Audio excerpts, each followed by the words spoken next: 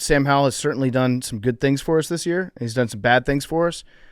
I'm just saying.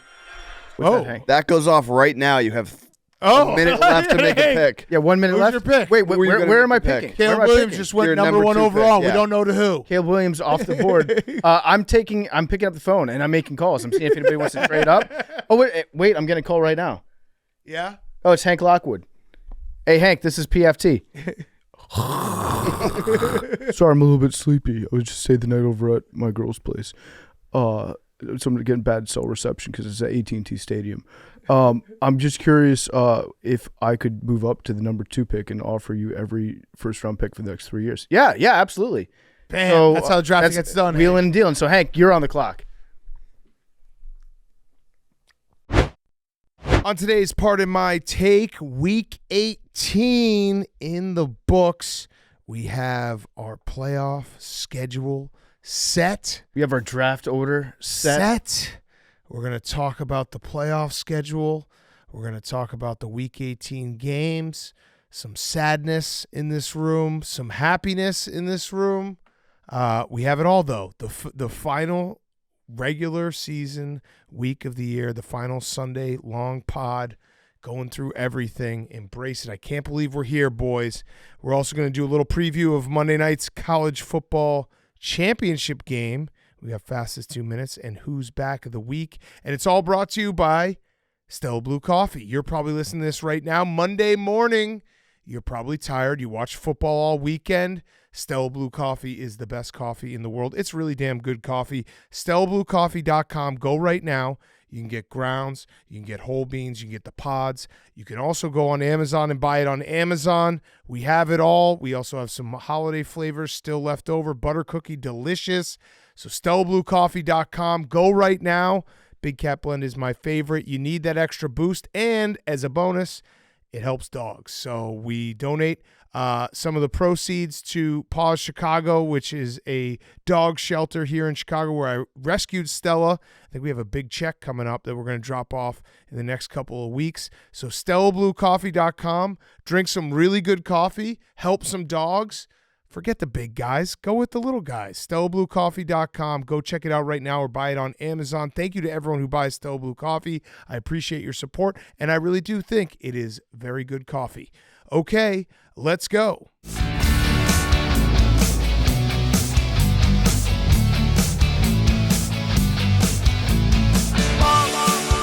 Hey, football guy. Patino. AWS. Pardon my take. Yeah. Pardon my take. Yeah. Pardon my take. Yeah. Pardon my take. Yeah. Pardon my take. Welcome to Pardon My Take. Today is Monday, January 8th, week 18.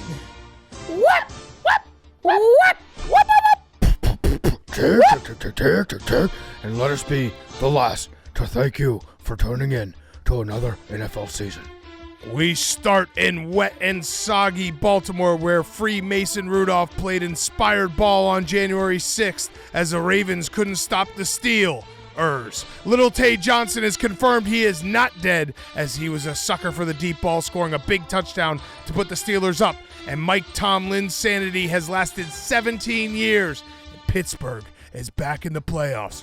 Here we go. Steelers, here we go. Pittsburgh's going to the Super Bowl. Here we go. Steelers 17, Ravens 10. Over to our first playoff game, where I spent last night in the house of a team from Indiana, running a couple 100 miles. Nico Collins, Baton Rouge. Jonathan Taylor-Made used every club in his bag, but the Texans were extremely stroud and incredibly close to wrapping up an unlikely division title. The game came down to the final play, where Tyler Goodson did his impression of Tokate the Orca and lost all control of his flippers when Irsay's team was trying to air it out. The Texans 23, the Colts 19.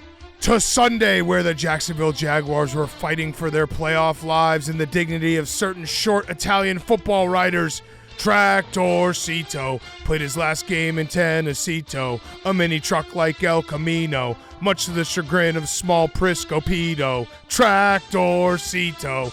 Clever Lawrence tried to get the last laugh, but his shoulder wasn't dislocated enough to get the 2 yards necessary for a late score. And as we learned time and time again, God hates Jags. Titans 28, Jags 20. Over to Ohio, where A.J. Soprano McCarron never had the makings of a varsity athlete, but he did get in garbage time in this one. Kate Browning looked really good, and so did her husband, as big man on campus Jake Driscoll looked like he was on the no-fly list with some of his passes. Andre Yosivas and Butthead showed the Brown his scorholio, not once, but twice, as he said, "I need TD for my Bengals," on the way to a Bengals 31-14 win. We head over to Foxborough, where we have our reporter Henry Lockwood on the scene. Hank. In a fitting tribute to the weather, James Snow White rang the lighthouse bell today as the white powder came down in bunches throughout the day in Foxborough. Matthew Kelly Slater and the Patriots couldn't even manage to hang 10 points on the feeble Jets as Trevor Simeon and the Jets rode Brees Arsenio Hall to the tune of 178 yards and a touchdown as the Jets were woofing all the white powder falling from the sky to celebrate their first victory versus New England in their last 15 games. Jets 17, Patriots 3. 15 games, huh? Maybe 16. All that white powder sounds like they could have used Patrick Chung. We now head to Philadelphia, actually New York, where Max is there. Sad, sad, sad boy Max. We head over to MetLife, where it's officially time to kill the Philadelphia Feebles. Soon-to-be unemployed-ass Nick Searing mommy may have to move into his parents' basement after this one. Saquon Tony Starkly dominated the first half and told all of Philadelphia, everyone wants a happy ending, right? But it doesn't always roll that way. Nick Sorrow should be apologizing to all of Philadelphia for being the worst fucking player to ever play the game. I hate the Eagles. The Eagles really suck. Giants 27, Eagles 10. In the frozen tundra, some idiots called this Bears the Super Bowl, but Jordan Love has won as all the Colt members up in Green Bay found their new mother god. Dontavian Maka Wixed for 15 more years of Packer domination, and his Wix look like it's going to come true as the Bears make some podcasters very sad about their life, asking why they even care about this stupid sport to begin with, and wouldn't it be better to be dead? Packers 17, Bears 9. What? Over to Rowell John, Maryland. It's the end of a Rivera. Reached for comment on the sidelines during the game. Coach Ron said,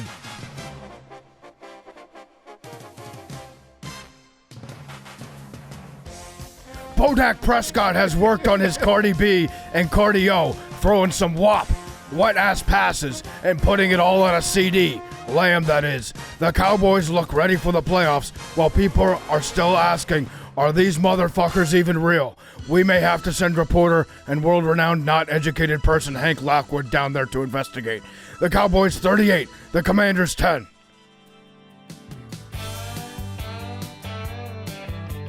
Standing on the corner, Jameis Winston down in NOLA, such a fine sight to see. It's our guys, my lord, and he wants to score, handing off instead of taking a knee. Come on, Dennis, why'd you win this? Now the Saints will probably bring you back. Thought you were finished.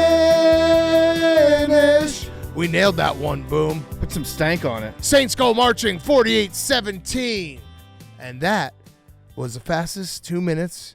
The last fastest 2 minutes, the regular season, Week 18, brought to you by our friends at Chevy. The Chevy Silverado has commanding an unstoppable grit, legendary capability, and dependability too.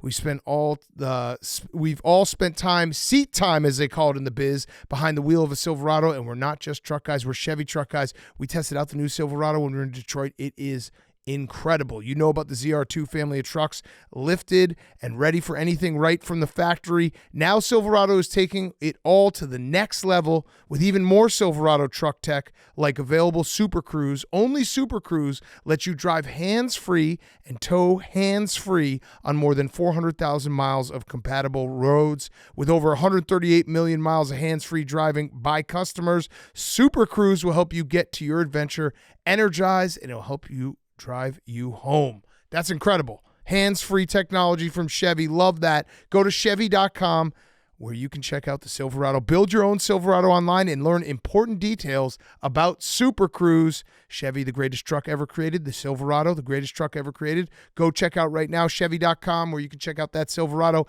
and you can build your own Silverado online and learn important details about Super Cruise. Okay, week 18 in the books, and boys, we have our playoffs. It is finally here. So, for context, we are taping. We're taping the show. It's fourth quarter of Bills Dolphins, but because the Bills are in the playoffs, it matters a little bit less. Obviously, still matters a lot for the 2 seed. But we have our playoffs, and we have. Should we go through the playoff schedule? We might as well, right? We can go in order Let's right just now. go through it. And we'll just say for the Dolphins, we don't know if they're going to be playing in Miami next week. Yes. Or if they're going to be playing in Kansas City. Correct. As Jeff Darlington pointed out, this is not necessarily a matchup of which team you would prefer to play. It's more a matchup of what kind of weather does Miami want to play in, because it's going to be 70 degrees in Miami next weekend, and it's going to be like 15, 20 degrees in Kansas City. It's gonna be the candy ass uniforms. Yes. Do the candy ass uniforms They don't travel well, or are they gonna lose horrifically? They don't travel. Yes. I can see the candy ass uniforms winning a playoff game in Miami. Yes. So here's what we have, and then we will go back through all the games this weekend and tell you how we got here. But we have on Saturday to kick off the wild card weekend, super wild card weekend. Excuse me. The Texans are back where they belong. There's a whole generation of people that don't know that the Texans always play this Saturday, and by whole generation I mean like kids from the ages of like 3 to 8. Yeah, it's been too long. It was either the Texans spot or the Bengals. I feel like the Bengals played. And then remember when they actually played each other? Yeah, and that was great. Collision course. But yeah, yes. it was the Marvin Lewis or Houston Texans spot. Yes. So Browns at Texans to start Saturday Super Wild Card Weekend. Now I should mention this is the classic Texans spot. This is not the classic Texans because it's C.J. Stroud. Because the Texans spot historically was always like, which weird Texans quarterback are we going to get to watch play football in the playoffs? Yeah, is J.J. Watt going to score enough touchdowns on defense for the Texans to win this wild card game? Right. But the Texans are playing the first game. Then we have on Saturday night the Peacock exclusive. The Kansas City Chiefs will be hosting the Dolphins or the Steelers, correct? Yes. Jake, correct me if I'm wrong. Or the Bills if this game ends in a tie. Okay, if the game ends in a tie, which is tied right now. Sunday, we have it's going to either be Buffalo at Miami or Pittsburgh at Buffalo. So that will be like whatever team ends up having to go to Kansas City, the other team will have the home playoff game on Saturday to kick off Sunday, And then we have the Green Bay Packers at the Dallas Cowboys. Hank's Dallas Cowboys win the NFC East, which we'll get to all of that. Sunday night, we have Matt Stafford returning to Detroit. Jake has been creaming his Dockers all afternoon about it. The storyline. Amazing This is the storyline game. This game, it's going to be like framed to be a revenge game for Jared Goff and a revenge game for Matt Stafford. It's not a revenge game for Matt Stafford. This is the Jared Goff revenge game. Yes. 100%. Yes. And there was a moment, Jake did all his predictions, and I love Jake. This is what he lives for, is scheduling. And there was a moment when we'll get to the Bears-Packers game where I was just sitting in kind of silence, just in real sad, feel bad for myself, like pissed off, just all the emotions. And Jake was like maybe 3 feet away from me, just being like, the storylines are incredible and talking and like guessing the schedule. And I had to recuse myself and go look in the mirror and be like, wow, how did I get here? As a guy that roots for storylines, though, you have to take your hat off to the scriptwriters. They did a great job. The script is perfect this year, as always. What a tribute to Golden Globe Sunday. It was one of those moments where I had to take myself away because Jake was doing nothing wrong. It was my bitch ass self just being like sad at myself. Well, you were just upset that one of the storylines was going to be Mike McCarthy against the Packers. Correct. I also apologize for asking you the first drive of the game. Hey, Big Cat, do you think the Bears and Packers have ever played on CBS before? Yeah, that one killed me. Yeah. Yeah, Jake was like, But it this was is early in cool, the they're game. playing on CBS, and they were playing on CBS. It's like, I don't give a fuck. One thing I picked up on, Jake cares very deeply about initials. Yeah. CBS, FOX, SNF. I think I just said to Jake, I was like, I don't give a fuck, Jake. You did. I was like, the Bears are driving. Speaking of the cock, let's talk real quick about the playoff game on Peacock. Yes. That sucks. I don't like that. We're going to have to get Jason Garrett in our eyeballs, and we have to pay for the privilege of having Jason Garrett show up. What stinks is if you're watching it on a phone or on a tablet, you can't – it's very hard to flip back and forth. If you're streaming it from your phone to your TV, you can't check out during commercial breaks. Counterpoint, we've all been trained by Amazon.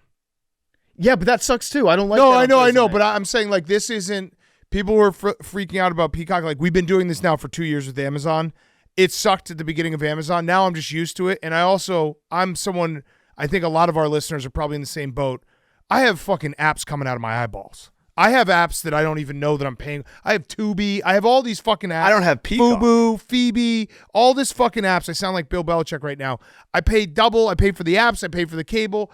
I think that most of us listening to most of the people listening to the show right now are in a similar boat where it's like, yeah, they already have Peacock because they had to watch like Michigan State and fucking Northwestern play tonight. Oh, I'm not saying that. Yeah. I don't have Peacock. I have Peacock. I just hate. I agree. I hate the experience of watching a game on an app as opposed to watching it on TV. Where you can easily and elegantly and seamlessly flip back and forth and show off your skills going back to the game right as it's about to snap again. Be like, look how good my timing is. My point was more that the time to complain about having to watch football on apps was like 2 years ago when they first made us do it. And no, I'm gonna use the time right now to complain about it because it's a playoff game. Yeah, and it stinks. It's over. Like the Big Ten is now on Peacock all the time. Like the apps own us. I have apps everywhere. Well, you want an app? You can fucking come up to me. I'll just pull. Like if I pull out my keys, an app will fall out of my pocket. When we moved, I had to download probably 20 apps for different things. Oh yeah, everyone has an app. You have to have an app to park.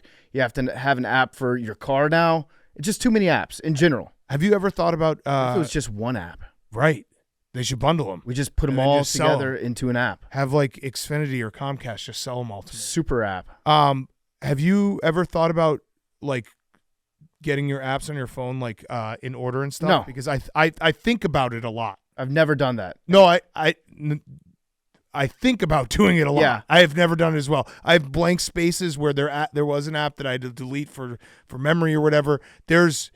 But someday I might do it. Well, what people do when they do that, they categorize them all into super apps. Yeah. And then you have one app for like home. Right. One app for travel. Right. One app for work. And then you just make another app out of it. Yeah. It's got 6 apps in it. Yeah. All right. So, and then the finale of Super Wildcard Weekend is Monday Night Football. Eagles at Bucs. Max, I'm upset that it's Monday Night Football, but here's what I'm going to say to the listeners. We have already talked about this. We will be streaming all these playoff games. The Monday night game, we will tape a time capsule, so we get Raw Max right afterwards. Yeah, I want to hear Max. Because we obviously don't have a show on Tuesday. Max, you can do your solo pod after that game. No solo pod. Solo pod. No solo pod. I'll edit. You're gonna. Thanks, Hank. You're gonna beat the Bucs. Yeah, like it's the fucking playoffs, Max. It's Get up. Your favorites. Crazy that we're favorites. A lot of people are asking, is Hank going to go down to Dallas for his Cowboys game?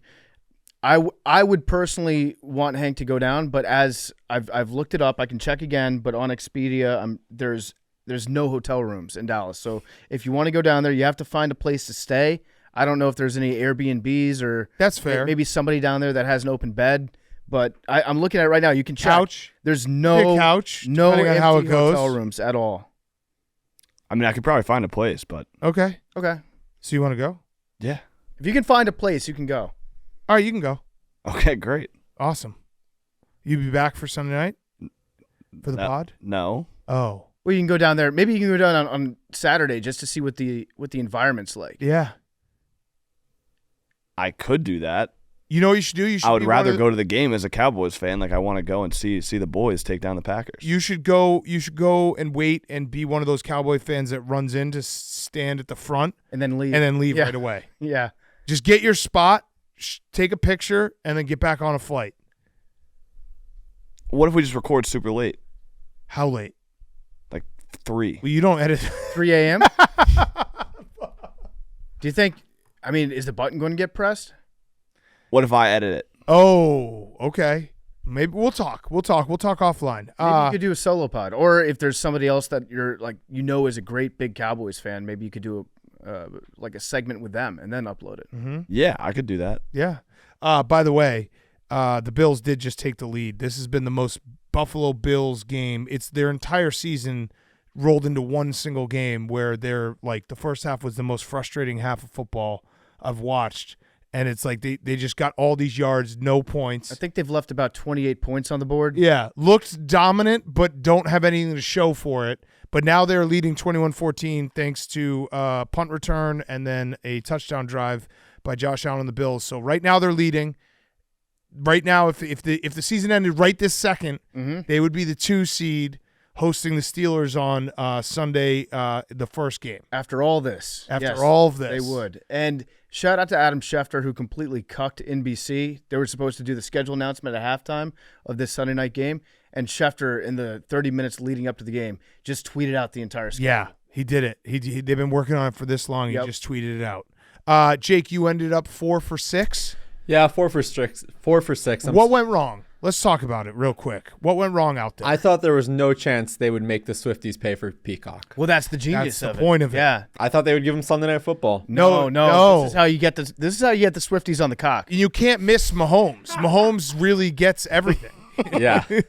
So I screwed Swifties that are up. gonna love that. I think like right now the Swifties might be hesitant to the cock because it's new, but once they get a taste of the cock, I think they're gonna come back for more. Actually, wait. So everything I said that I got chastised for 3 months ago, I was right. We're gonna get to see Taylor Swift on the cock. Yeah. Oh, perfect. Taylor Swift will be on the cock, and I'm gonna watch it. If she goes to the game, I don't know, because Travis missed out on her big night tonight.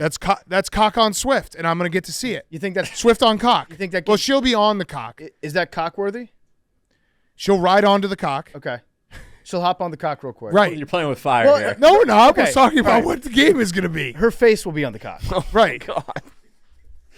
Anyways, yeah. We're talking, if talking it's about a streaming service. And let's be honest, if there's a weird, like, if they take her into a break and they're showing her, there could be cock on her face.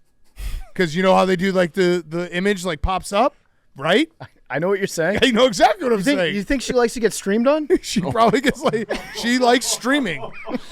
Oh man. We're talking about NBC's app, guys. Yeah, what the fuck are you What are you guys laughing thinking about? about? You think technology's funny? You guys are gross. So yeah, Taylor Swift on the cock. I flip-flopped the Saturday Saturday night. night and Sunday night games, 4 for 6. That's on me. And if the Dolphins don't come back here, I will be watching on my phone at a wedding Saturday night. Oh. If this on podcast is Peacock. canceled, I can go to the On game Peacock. Sunday. Yes, you can. All right. Hank's gonna cut up all this stuff out of order and be like, "Get these guys off." I don't I'll think- tell I you don't right think I now, have if to do this anything. podcast is canceled, PFT and I will just do like daily meetups where we'll have people just come and listen to it. We'll take it underground. We'll just maybe start a nice beer hall. We'll just start we'll start a new podcast, and it'll be on Andrew Tate's streaming service. But yes, so Saturday night, that's where the mistake was made that you never Yeah. thought that you'd see Taylor Swift on a cock. I never The thought cock, sorry, the excuse game me. that Taylor Swift is going to be at would be featured on the NBC Peacock application. Got it. Which Yeah. you can pay for a subscription. Here's the deal. She put out a movie of her concert, right? So Yeah. people had to go pay to see her concert. Then they paid money to see the movie that was her concert. Then they had to pay more money to see the extra version Worth it. of her movie of the concert. I think they can afford to shell out $9.99 for one night of the cock. I don't think Swifties care that much anymore either. I think that's kind of worn off. What? Like seeing Taylor Swift at the game. No, it hasn't. I've never seen her on the cock. Not in a playoff atmosphere. Right. This is a totally different situation. Cock moves at a different speed. Than It really does. Isn't it like it could buffer Yeah, it could. at any point? Yeah. We could have we'd have to reset. Mm-hmm. Get her back. I'm a Swiftie, so if anyone who loves Taylor listen, Swift is I'm- listening and wants to like cancel you guys. We still have representation. What the fuck? Oh, the fuck, Jake? Jake's trying to take Fuck our Jake. spot for Jake. sure. Here's No, never. I'm just saying. I actually the funniest part about this whole If we get canceled, we're getting canceled together. we're all go down together, And we're gonna And I'll be at, and you can come to Dallas with me. If we get canceled, we're all doing the Ray Allen tweet together. I probably listen to more Taylor Swift than anyone in this room because my kids won't get in a car without listening to Taylor Swift. I listen to it nonstop. I listen to a lot of Taylor Swift. Every day. I am a Swiftie. Every day. Yeah. Every single day. I take my son to school every day. I make sure to listen to the ones that aren't Taylor's version, though. Oh. I'm trying to. Scooter Braun deserves. Let's hear it out from both sides. The real genius of this operation. All right, let's get back to football.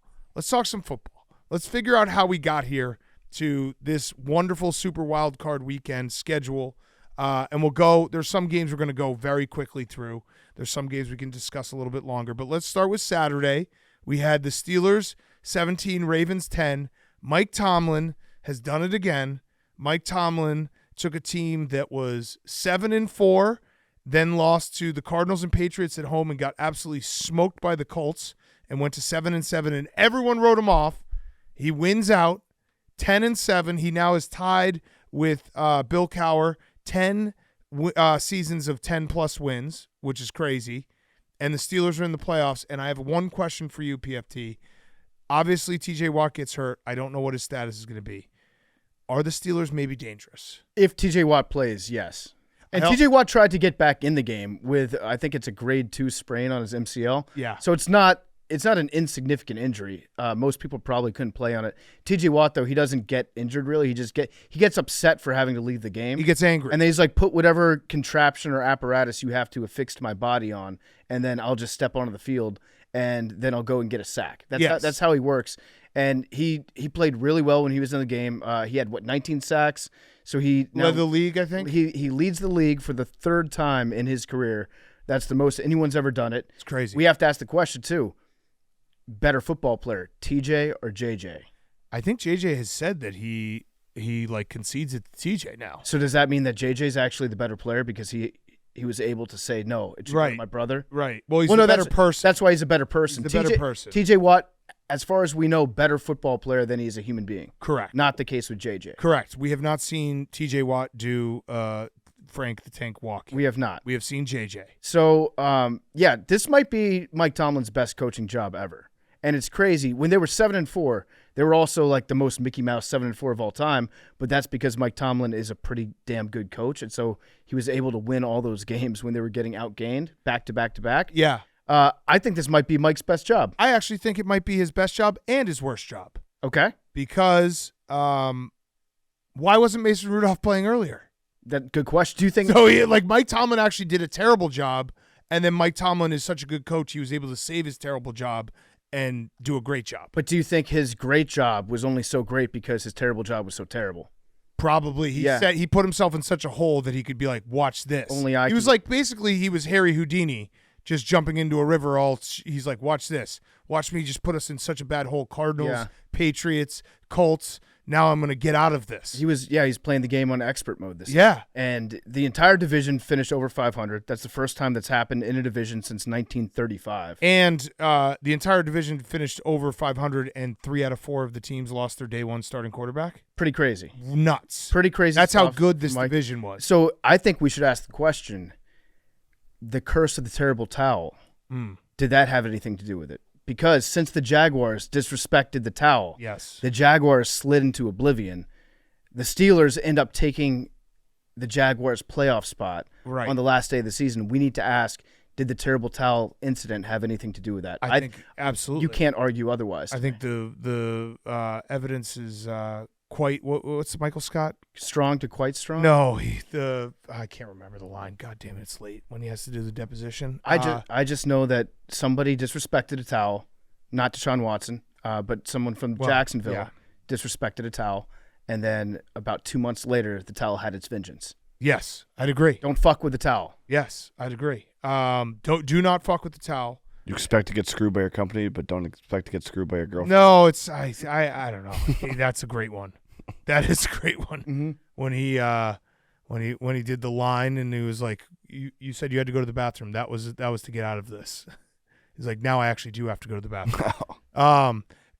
Jadeveon Clowney's sack dance for $750,000 was awesome. It was so cool. They pretty much stopped the game. I love the incentives at the end of the season.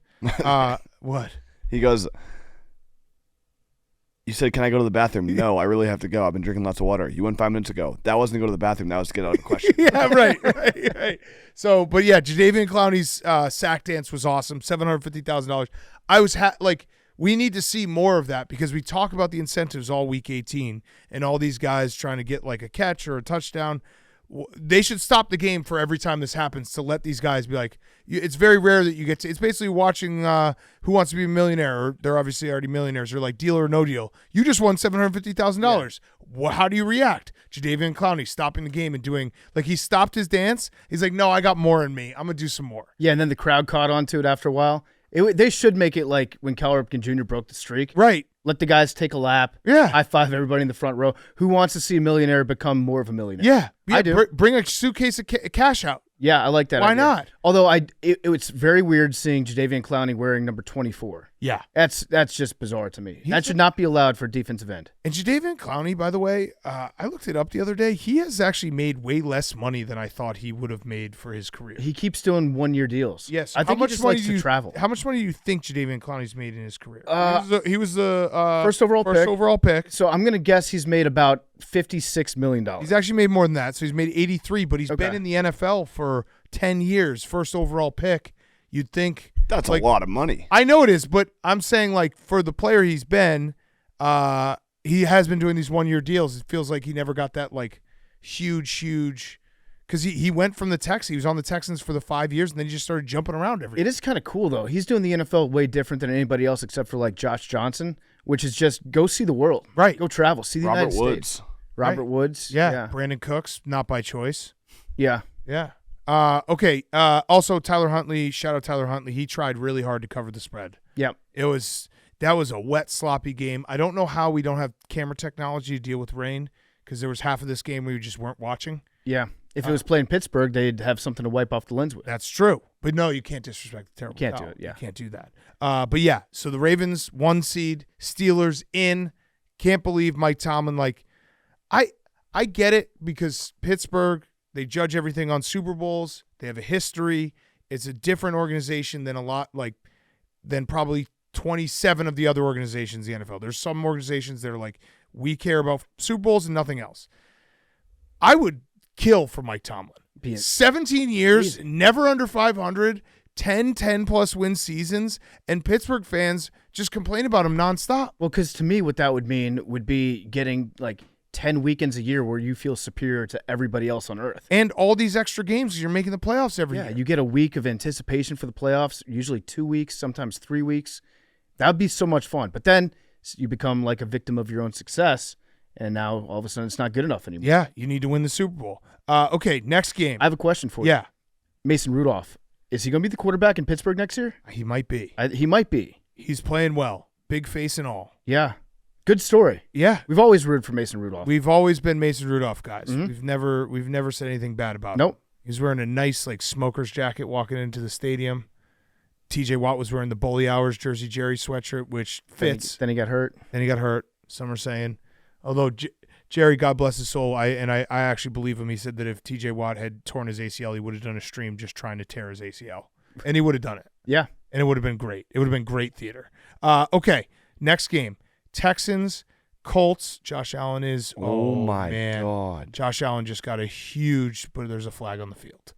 3rd and 13 run by Josh Allen.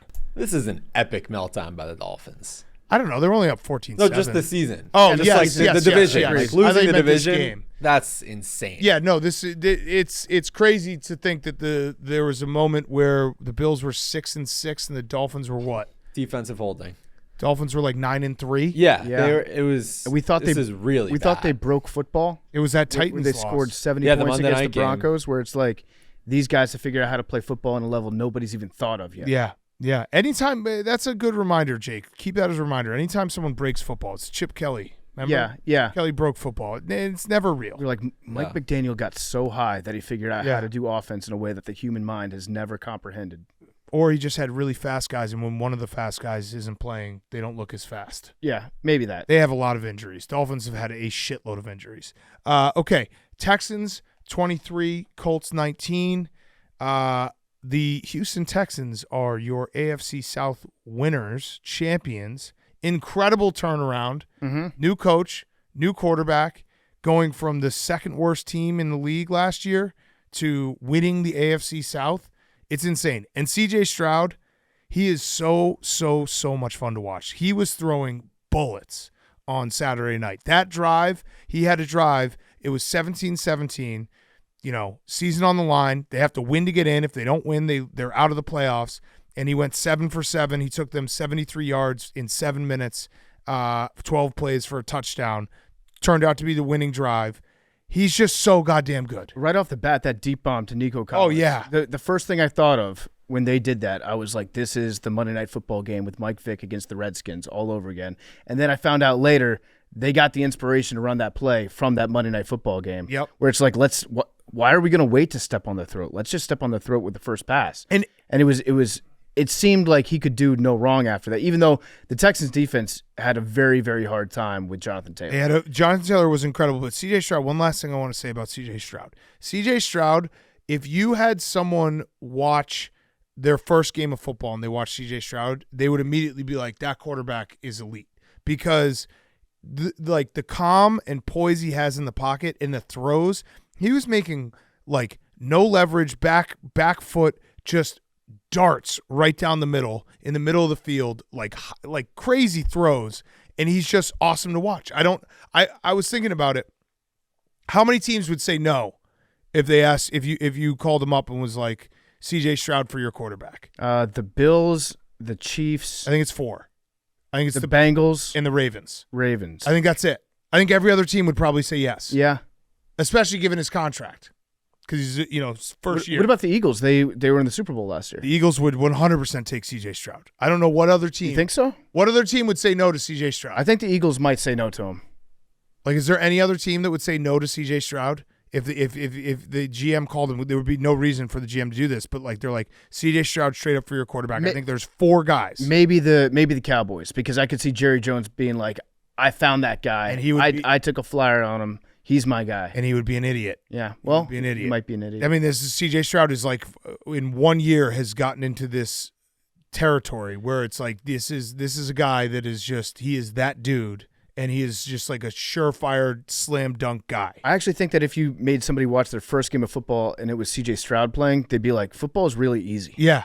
Playing quarterback is simple. Yeah, you just stand in there, and right when the big strong fat guys are about to jump on you, you just throw it a million miles an hour right to your receiver's hands. Pretty easy. Yeah. And there was a great post-game interview that SVP did with him where he was trying so hard to get CJ Stroud to like open up about something, get fiery. He's like very, very guarded and cautious with the media. Yeah. And then SVP just started to talk about Ohio State, Michigan, and CJ like tried to keep him at bay, and he was like, no, what about your teammate though? Like, he's a Michigan guy, you're an Ohio State guy. Yeah, what do you say to him? Yeah. And he was like, yeah, it sucks that he went there. He finally like broke down and showed he seems like a cool guy, but you have to get past a couple layers of him being like, he still wants to be like the Mr. All-American to everybody, right. Which is not a fault against him. It's like this, you get thrust into a starting quarterback job in the NFL. You're the face of a franchise. You want to say and do all the right things.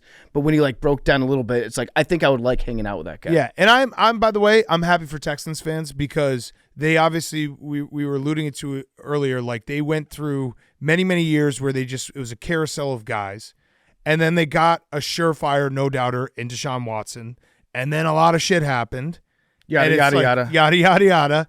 A lot of shit happened, and it's like, how can you have a guy that is that good and now he's not on your team anymore? Because remember, before the Deshaun Watson stories came out, he wanted to get traded. Yeah. Like, so that timeline gets a little confused. So to have that like taken away from you where you thought you had a franchise quarterback for the next 15 years and then be able to get CJ Stroud, it's almost like it's like a ball don't lie. Mm-hmm. It's a ball don't lie. The Texans, like, that's good because you were staring, if you were a Texans fan, especially with how last year went and you were just going through coaches. And now you have this guy that you're like, I have someone I can root for the next 15 years. Yeah, and shout out to the Texans and Lovie Smith. Yeah. In that one play that we all thought was, consequential for different reasons, actually ended up helping out the Texans a lot. Also, I completely memory hold the coach that was there before Lovie Smith. Do you remember his name? Yeah, fuck. He was there for 1 year, right? I had to look up his name earlier today. Yeah. He's an old guy. Old guy, big collars on his shirt. Give me the first letter of his name. D. Dave. Yeah. I don't remember. David. I got it. What is it? Cully. David Culley. Yeah. You remember I David would not Culley? have gotten that. Yeah. And everyone's like, he got a raw deal. You got a raw deal, yeah. And so did Lovey. Yep. But D'Amico Ryans is awesome.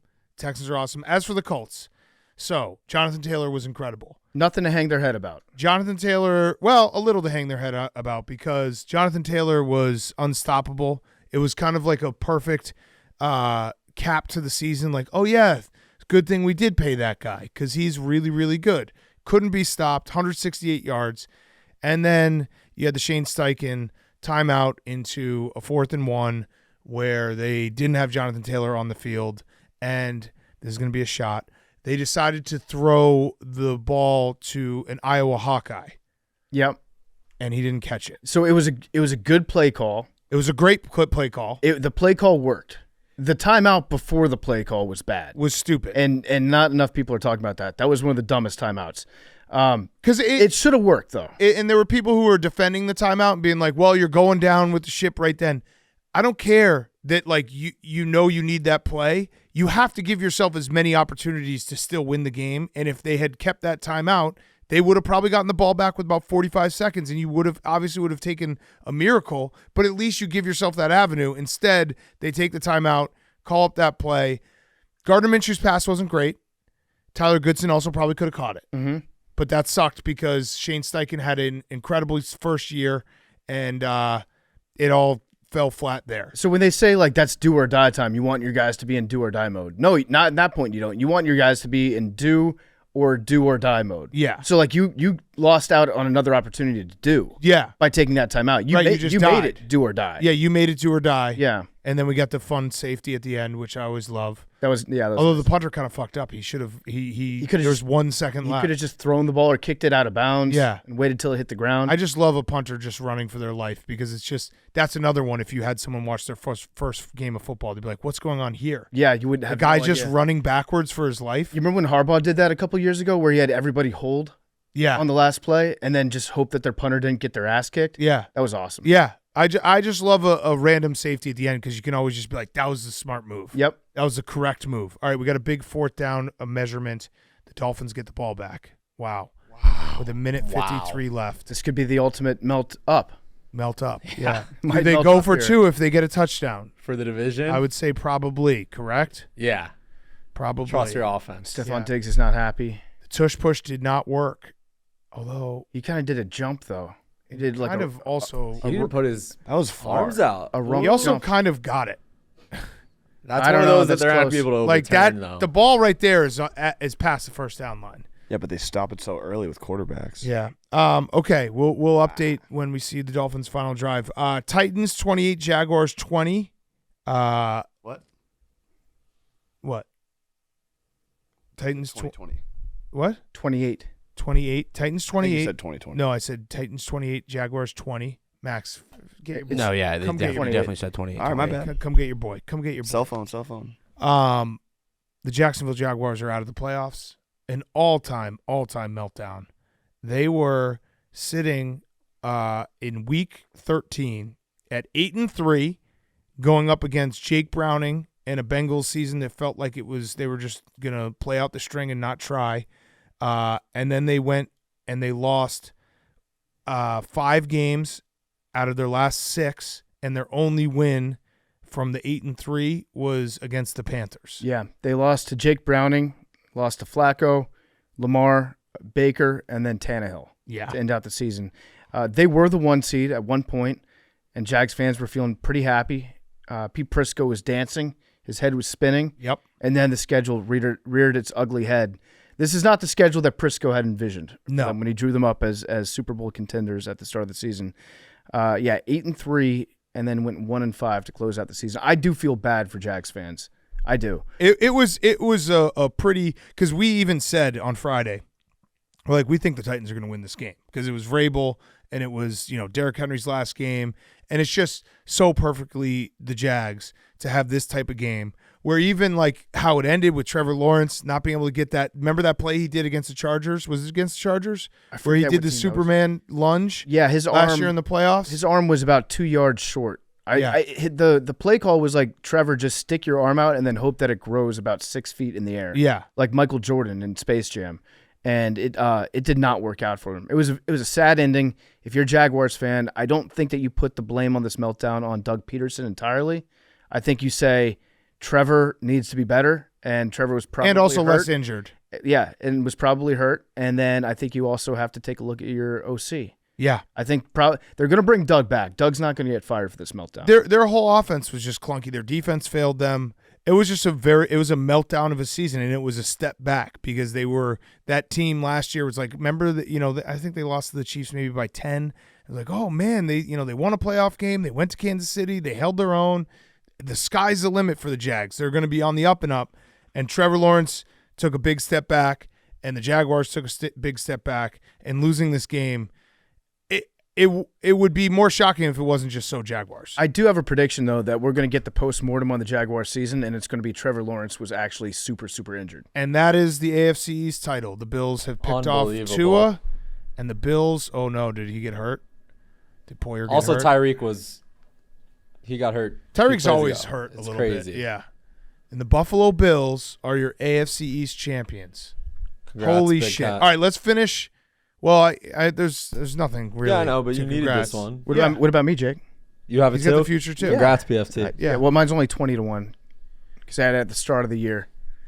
But all right, let's talk about this game after we finish the Jags real quick. So the Jags join. It was the 2021 Ravens, which I think Lamar got hurt, right? Yeah, he got hurt. So they started 8-3. The Eagles did it in 2014, but that was also before there were 7 playoff teams, which is also crazy to be 8-3 and not make the playoffs. Yeah. Bears did do it in 2012. That was the year that Lovey got fired. They finished 10-6.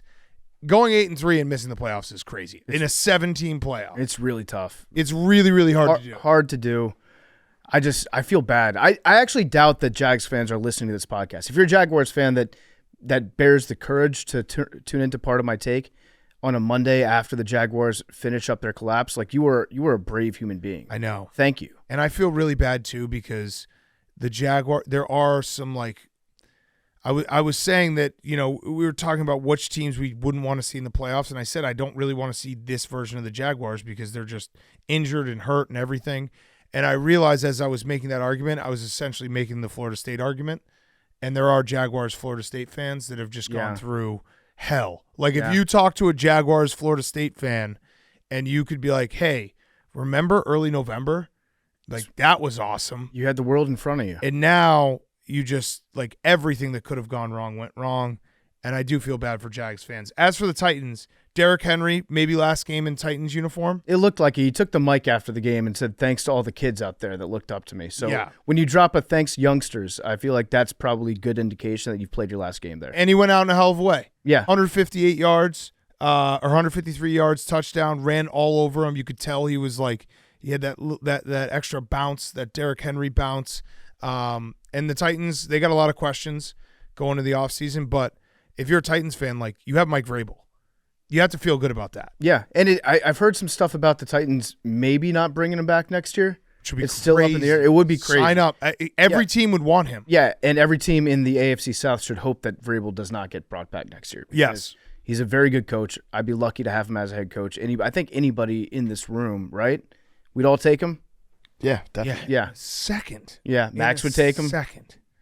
In a second. Fuck yeah, I take him. Dude, he's a fucking awesome coach. So yeah, Jags done, and that was what made the Steelers into the playoffs. So the Jags needed, and also ensured the Bills, whether win or lose, were going to get into the playoffs. So Bills 21, Dolphins 14. We'll do this right now. It is crazy that the Buffalo Bills have won the AFC East after all of this. They have maybe had the craziest, weirdest season in terms of they've looked like absolute dog shit. They've looked awesome. This game was a perfect microcosm for the entire Bill season. And now the 2 seed, where their path to the AFC Championship game, they've the Steelers at home, and then they're going to get maybe the Chiefs. If the Chiefs, It depends if there's reseeding or not, but yeah. But 2 home games for where the Bills were when they were Now 6-6. they avoid the Ravens until the championship game. 6-6 going against the Chiefs. It is crazy to think, and this is a perfect microcosm. You're right, down to the fact that they won this game at the end. It's crazy. Like the Bills' season has been nuts. They've been dead. I feel like we've buried the Bills like 3 times on this show. Yeah.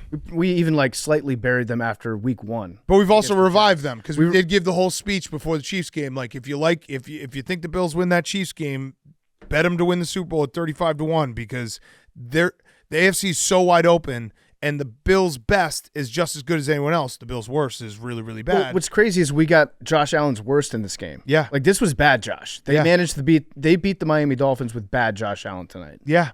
And I think Rasul Douglas might be hurt, which that's a big loss for them. Gabe Davis got banged up. Dolphins also, like, I know it's a meltdown for the Dolphins. They did have some significant injuries. Yeah, their offensive line got banged up a lot. Well, I mean, Jalen Phillips, Bradley Chubb, Xavier Howard, Mostert, Waddle, like these are all Pro Bowl guys that are like they have a top end talent type of team. So when you lose that top end talent, like they look very different. Yeah, Tua looked very confused and hurt tonight. That was sad to see sad Tua. And now they have to go to Kansas City. And it's going to be Tyreek's return Saturday night, Peacock. What a storyline. Wow, what a storyline. Tyreek going back. But he already played against the Chiefs. Yeah, in Germany. In Germany. Yeah. At This is the Arrowhead. true In Germany. return. And the Bills are the AFC's champions. They're going to be double-digit favorites at home, right? Oh, definitely. I think they'll probably be 10 if TJ Watt's not playing, they'll be 10-point favorites. Yeah, how many points do you think TJ's worth? Probably a field goal, right? Nah, maybe not a field goal. Maybe like 1.5, 2. Let's see if the spread's up yet. Guess the spread. I'm going to say 9.5. Yeah, I think 9.5 is good. Yeah, I think it will. I think it might go.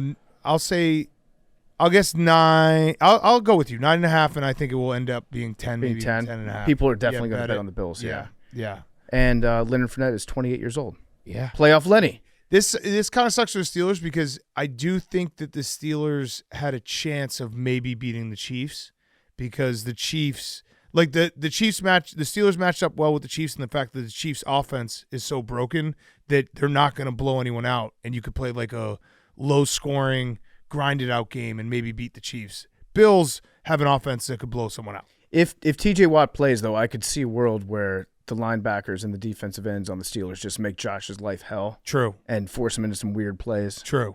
Or just like standard Josh Allen weird plays. Yeah. But What about the Dolphins Chiefs line? Oh, good question. I'm going to say that's gonna be like Chiefs 6. I have them both here, and they're actually both surprising. I'm going to say Chiefs 2. I thought 10 was too much. I think it's 6.5, 4.5. I think it's Chiefs. Oh, what is it, Chiefs? Chiefs 3. We're way Chiefs off. 1.5. What? To open, Oh, I would hammer the Chiefs. and Bills 7.5. Our So we lines were are both bad. off. We're Yeah. bad. Oh no, it's already changing. It's changing Chiefs. live Of course right now. Yeah, because it just Chiefs dropped. 3. Yeah. Bills still 7.5. Okay. Okay, so I was right about the Chiefs. I that think the Chiefs changed are going to quickly. get bet a lot.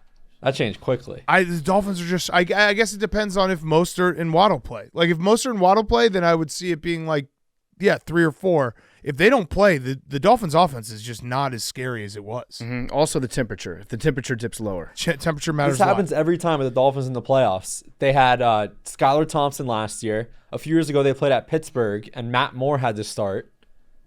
It's crazy. Oh, wait, so I'm looking at the weather right now. Kansas City, Missouri. Saturday, high of 14, low of 4. Yeah, I imagine it's probably going to be like 9 degrees. We're about to have a cold snap, boys. I'm thinking I'm going to hammer the Chiefs. The Chiefs might, again, we go back to what we said like a week ago. The Chiefs might actually be very dangerous this playoffs. I think the Steelers can keep it close. Because Maybe people not are, win, but because Patrick Mahomes. People are actually disrespecting the Chiefs and And being it's like Patrick they Mahomes. can't do anything, and it's Patrick Mahomes. It's Patrick Mahomes. So that really that's all you got to say. It's Patrick Mahomes in the playoffs. You don't want to bet against that guy. Okay, let's keep going. And we can whip through some of these. Lions 30, Vikings 20. The big news is Sam Laporta got hurt. Yeah, that which sucks. Week 18 injuries are the worst. So Dan Campbell said that it was not as bad as it looked, but it's still not good. So I think that probably means like a 2-3 week injury. So probably not going to help. Really, really bad for their offense. The Lions were I don't know. Would you say, like, I know that they were still alive for the 2 seed, and I think it's kind of playing like hindsight's 2020. I have no problem with Dan Campbell like trying to win that game, especially because the Cowboys and the Eagles don't play till later. You have to get your team back into winning mode. Right. You have to get bad taste. Remember he says bad taste? And Dan Campbell, I think he's the king of bad taste. I don't think that the Lions have lost back-to-back games. Yeah. So they're consistent. Yeah, and the Lions also just won their 12th game. Last time they won 12 games, good for the Lions, is 1991. Also last time they won a playoff game. That's very good. So there you go. It's also the first time ever that the Browns, Lions, and Texans have all made the playoffs. Wow.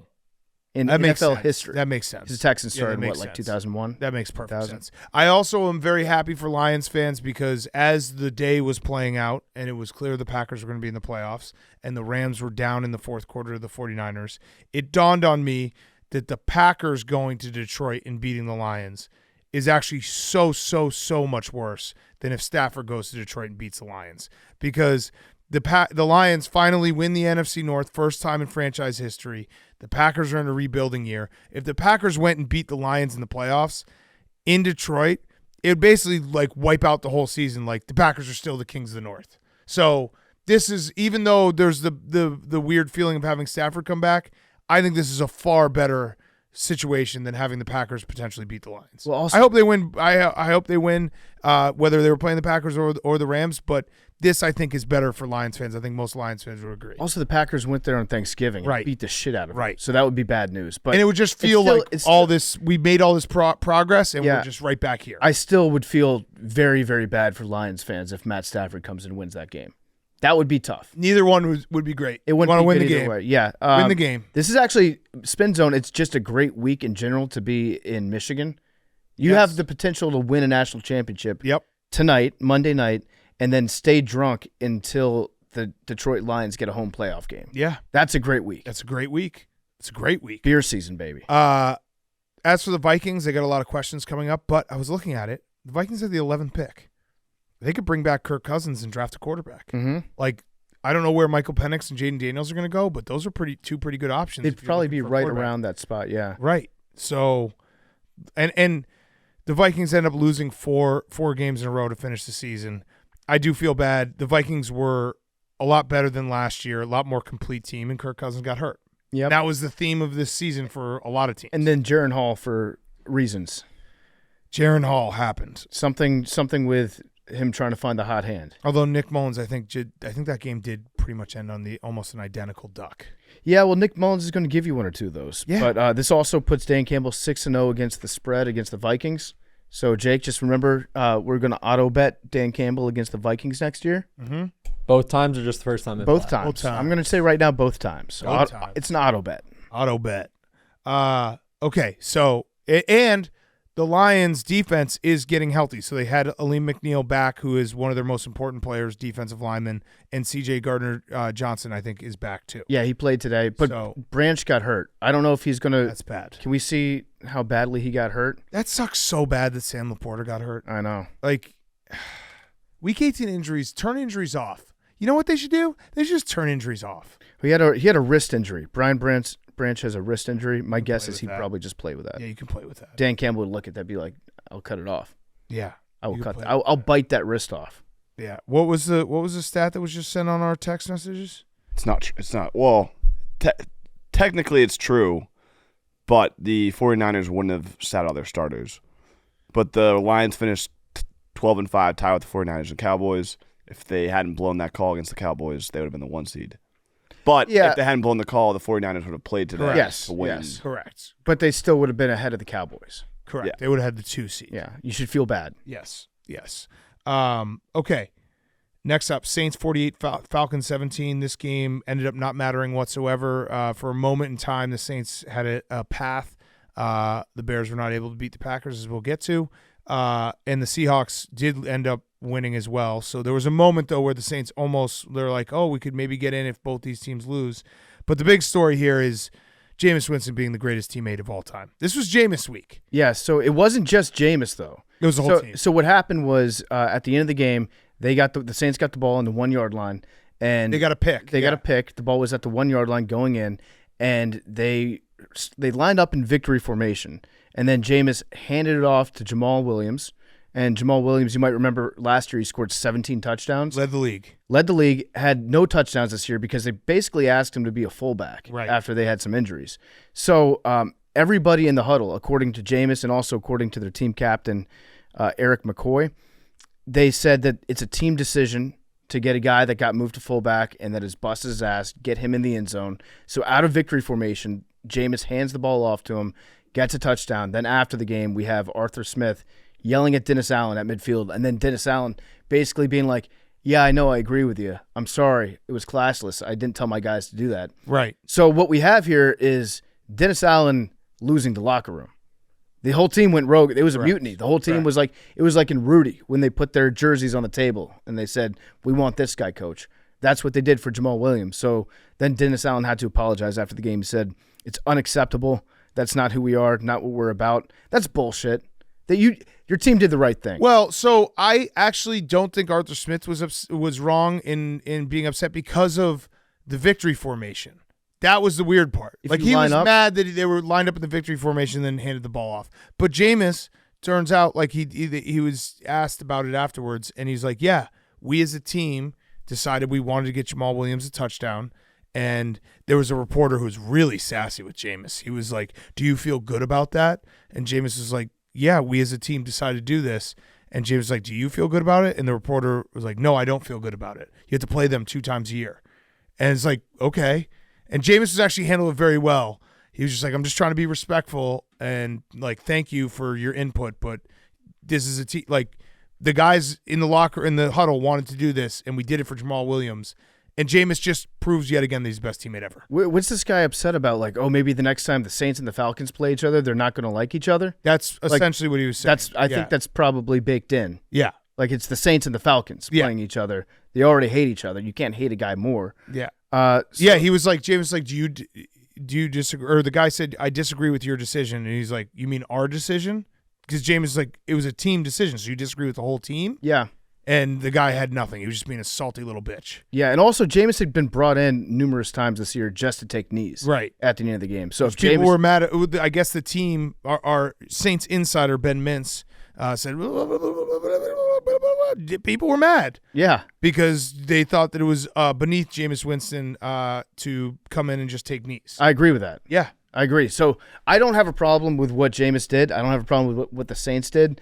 Also, I agree with Arthur Smith that he's pissed off. Yeah. Yes, Arthur Smith, you are pissed off. And you probably have the right to be pissed off because it's the victory formation. It's a victory and also you're getting blown out.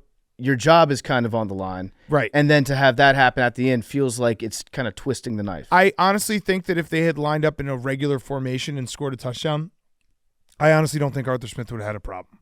I think it was the victory formation part that was weird, and he watched it and was like, "What the fuck is going on here?" I also think that because in the moment, you don't know that Jameis in the huddle they all decided to do that. In the moment, it looks like they're just like they're basically doing a victory formation to like okey doke you and then score a touchdown in your face, which is bullshit. Given like just that. Well, what happens next time is they get out in victory formation, and then you have your defensive line just crush them. Yeah. So, and then that opens up a whole new can of worms where there'll be another fight.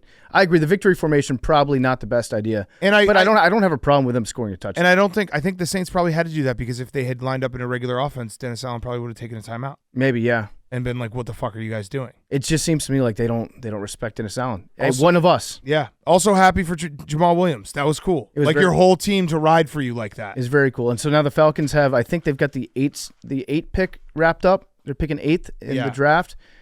That just means they're going to get another awesome receiver. Yeah. Or a running back.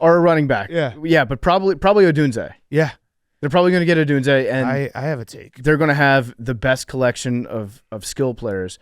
Well, my take is that if Taylor Heineke started the entire season, the Falcons are in the playoffs. Yeah. I was going to say, and we'll get to this when we get to the draft, because the draft does run through us. We're 1, 2, and 3. I would maybe take Odunze over Marvin Harrison Jr. Oh, I think Tom Fornelli said that too. Okay, so Tom and I are lockstep in this. Yeah. Yeah. I don't think it will happen. But right. I think I'd do it. It does feel good having the top 3 picks. What are you going to do? We'll get to it. All right. Jets Patriots. Memes, congratulations. Big win for Memes. 15 in a row, snapped. Now you start a streak. Ooh-ah. Whoa, what was that? Are you in the- Are you a Marine? Are Nope, you in the nope, not Army? stolen valor. No. You just hoo-ah. Hoo-ah. Nope. Hoo-ah. So you killed Belichick today. Yeah, that was fun. I hope he's gone because that would be his final game as a Patriot would be a loss to the New York Jets. My enduring memory of Bill Belichick as a Patriot is going to be him wrapped up like Sub-Zero in the snow, or like a 6-year-old going to preschool or whatever grade you're in when you're in 6th grade, kindergarten, and just getting bullied. What? What? Whatever grade you're in when you're in 6th grade. Or whatever grade you're in when you're 6 years old. Yeah. Yeah. And getting I'm sorry, but Belichick got bullied today, Hank. Yeah, that is true. That was a weird way to say it. Yeah. Got bullied in the snow. Yeah, they got smoked. Was that it? I don't know. I haven't heard as much rumors. He did schedule his media thing tomorrow for 7:30 in the morning, which is aggressive. I love that. Oh, It what pro- if Belichick quits before he can get fired? That I mean, it That probably would be it probably is awesome. it. It was a sad day. McDaniels was there. It was Slater's last game, Belichick's last game. Everyone's leaving town. It's sad. The last dance. It's over. It's probably over. And it didn't go out well. No, it did. Well, we got no. a better draft pick. Right, but like the product on the field was not great. You can't have that much success for that long. It's nothing lasts forever, Big Cat. Unfortunately, With the last 5 years? they made the playoffs a couple years ago. They beat the Mac Bills Jones was at a Pro Buffalo. Bowler. That's yeah, right, Mac yeah. Jones was a Pro Bowler. Remember that Buffalo game? That was, Remember Mac that was so Jones? much fun. Yeah. So why How was many more games Mac Jones starts in the NFL? why was he deactivated today? I don't know. That didn't make a lot of sense. How to me. many more games? Over under 6.5. Over. I would take the under. Well, when The NFL. Look who plays. There's a a lot of shitload injuries. of quarterbacks coming into the draft. A lot of injuries, though. I'd say over. Okay. Jeff Driscoll Over. started today. Yeah. Jeff Driscoll. A.J. McCarron played today. Yeah. Didn't start. Didn't start. That's true. Didn't start. Look at the whole Vikings season. So what? By the way, congratulations, Bill Belichick tied the record for most regular season losses and also most losses overall. So pretty impressive. Sure. Just means you've been doing Insults it for a really that, long yeah. time. Yeah, it's no, I mean it's it's 165 losses. Dan Reeves and Jeff Fisher he tied, and then including playoffs, 178 tied with Tom Landry. He's a football lifer. I mean, yeah, he's got a shitload of wins. It's like LeBron. Take enough shots. You're gonna miss a few. I do hope he quits, though. That'd be great, wouldn't it? It would be awesome. If you're just like fuck everyone. He'd also you guys are not thankful for what I did. He'd be I'm out. walking away from a ton of money. Yeah, but would that offset if he gets a new job? Right It probably away? has offset Right. language, yeah. So what are you gonna do? What do you mean? You have the third pick. What are you going to do? I asked you first. I need to see what you're going to do. No. before we know what we're gonna- You got to no. I don't think We're definitely not trading up. You keep I don't throwing think you around understand trading up. how this works. We're definitely not trading up. We're not going to just tank the future for Caleb Williams. Okay. Wait. What? It's the opposite of tanking the future. Well, no, but you gonna be tank. good. You get rid of picks and assets, and as a gamble, the Patriots don't do that. But you need a quarterback. Also, Hank, But they're like you just said. There's a lot of quarterbacks in this draft. one thing you're not realizing, though, is the guy that doesn't do that is Bill Belichick. True. I have no fucking idea. I've never been in this position where the You should draft think matters. about what you're I gonna have do. never paid attention to the draft. I've never cared. The Patriots usually pick 28th, 29th, 30th, 31st. They draft a lineman. They trade down. They have like 3 picks. Who cares? I've never worried about the draft ever. So I have no idea. I saw Marvin Harrison Jr. in person on the field in Wisconsin against Ohio State. He was really, really good. On Wisconsin. I would like him on the Patriots. I heard Caleb Williams is really good. Kyle Long, when he was here 1 week, was really selling me on him. I believe Kyle Long. I don't fucking know. So you're going to stay Jane put, Daniels, Heisman, LSU. Are you going to trade down or are you going to stay put? I don't know. You don't know. You don't have a plan. have Sounds like no you don't idea. have a plan. You have to have a plan. Sounds like you might not even get your draft card in on time. I'm down for Marvin Harrison Jr. Okay. And he's going to who's slip, gonna right? throw Because it? you're going to take Caleb Williams. You're going to take Drake Well, May. I didn't say I don't know that. Yeah, I don't think you understand how this works. Why would you not We take get to Caleb make Williams? this- we hold the power, the picks in front of you, not you. You need to make me an offer. Yeah, right. We're not doing that. Oh, okay. We're gonna see who's Officially? available when it comes to us. I'm not the fucking Patriots. I don't know what they're gonna do. Who is the Patriots? Robert Kraft is the owner of the Patriots. Okay. Jonathan Kraft runs. So wait, if you're not the Patriots, you don't know what they're gonna do. Why do you keep asking me what I'm gonna do? Because you are in a spot where you're like Justin Fields. No, Justin no. Fields. Caleb Williams is franchise quarterback. No. You were smart. No. You would take another Caleb Williams situation and get rid of Justin Fields. This is But you another have situation. put yourself in a Hank not situation. listening to me. What have I said? You. I swear to God, you have not listened to the show in the last month. Well, I you said, flip flop every show. No, which I'm I not listen to one flip-flop. show, you say one thing. No, I I've listen to another not. Show, you say I another said thing. no. I've said Ryan Poles. Whatever he does, I'm down for. But that's what I just said. Right. Well, no, Ryan Poles is going to make the decision. What decision do you want him to make? I don't care. Whatever he's going to make is going to be the right decision because he's a smart guy and he put us in a great spot. Got it. That's the point. Got it. I've been saying that for a month. Do you have an idea of, or do you what do you think he's? Yeah, win. We're going to win. Interesting. We're going to make moves. We're going to fucking make bank. If you- We're all going right. to drive a Range Rover. We're going to get chicks. And it's going to be sick. If you were Ryan Poles, who would you take? If I were Ryan Poles, Good I would. question. If I were Ryan Poles, this is exactly what I would do. If I were Ryan Poles, I would. And this is actually interesting because Ryan Poles deleted his Twitter because he's like, I don't want the outside. You would noise. never do that. Right. So, but if I were Ryan Poles, so he deleted his Twitter. I happen to have Ryan Poles' cell phone number, so I texted him this morning. I said, I saw you deleted Twitter. Good news is I have your phone number, so we can talk at any time. So, Did he if answer? I were Ryan, yeah, he did. He did crying face emoji. He was like, Like the I'm actual crying or crying laughing? I think it was maybe crying, Like, actually crying. Like, why is this guy texting me? If I were Ryan Poles, I would open up my phone and text my confidant, podcaster Big Cat, and I'd ask him what to do. And podcaster Big Cat would say, Well, no, I'm Ryan Poles right now. What are you talking about? What if Ryan you, Poles? what if you were both Big Cat and I Ryan can't Poles? be two men at once. Come on. Let's see. Which one would you rather me be? Who do you want me to be? the one that's going to give an answer on what I to just do. gave you an answer. Number If I one were Ryan pick. Poles, I'd ask Big Cat. If I'm Big Cat, I trust Ryan Poles. What do you think is best for the future of the Chicago Bears? Whatever Ryan Poles decides to do. If Ryan Poles got hit by a bus, what would you do? I think I'd be next in command. And then what would you do? I would trade every single pick and try to do my dream of having every single pick in the first round in 2028. Okay. Just draft a super team. I would start tanking for Arch. Imagine just having all those picks, just stockpiling all these picks, just being like, look at all these picks. It is nice looking at the draft order right now. Like, the future is I'm limitless. addicted to it. I'm addicted to the first pick. Okay. So, Hank, you have no idea what you're going to do. Would you like a quarterback? I would like Caleb Williams. Oh, Drake interesting. May. Well, you could get Caleb Williams. But I don't want to trade up. Oh, well, then you can't get Caleb Williams. But what if you don't take him? We would trade. And Washington loves UNC quarterbacks. You don't understand, love Hank. one UNC quarterback. Here's something I'll explain to you that's very simple. If Ryan Poles decides Justin Fields is the guy, he will trade the first pick to someone who was going to pick Caleb Williams.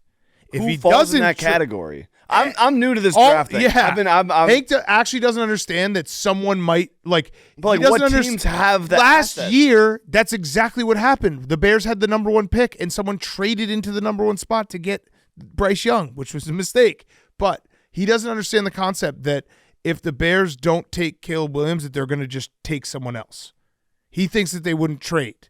right. They will trade to someone who wants to take Caleb Williams. Right. So You're not going to take Marvin Harrison Jr. with the first overall pick. Correct. All right, then I'm down for give me Marvin Harrison Jr. The on Titans, record, the officially. Falcons, the Giants. The Titans. They might.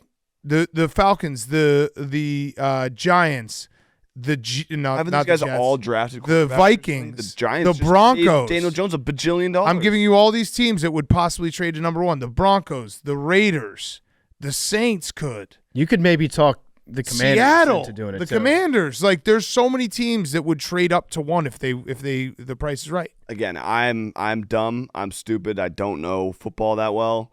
I didn't like the crying thing with Caleb Williams, personally. So like that wouldn't make me want to trade up for him. Remind me But- of Mac Jones a little bit. Kyle Long was like, "You really want Caleb Williams? Trust me." So I do trust him. But So maybe I want Caleb Williams. I got to talk to Ryan Poles about it. yeah, I'm good. I'm good with Marvin Harrison Jr. though. What I would like to do is trade up to the number one spot, give Big Cat some assets. I get the number one overall pick, and then I flip that number one overall pick, and I make assets off that asset. Mm-hmm. Now I would- you've got compounding assets. I would love nothing more if Ryan Poles decides the correct path is to trade the number one pick to trade it to one of the two of you so then I can root against your team next year to then get the number one pick again. But what if that number one pick turns into a multi-time Super Bowl winner that you could have had? Then that would be awesome. Yeah, could also turn into Bryce Young, which equals another number one pick. See how that works? It's fun. He really has no idea how the draft works. No.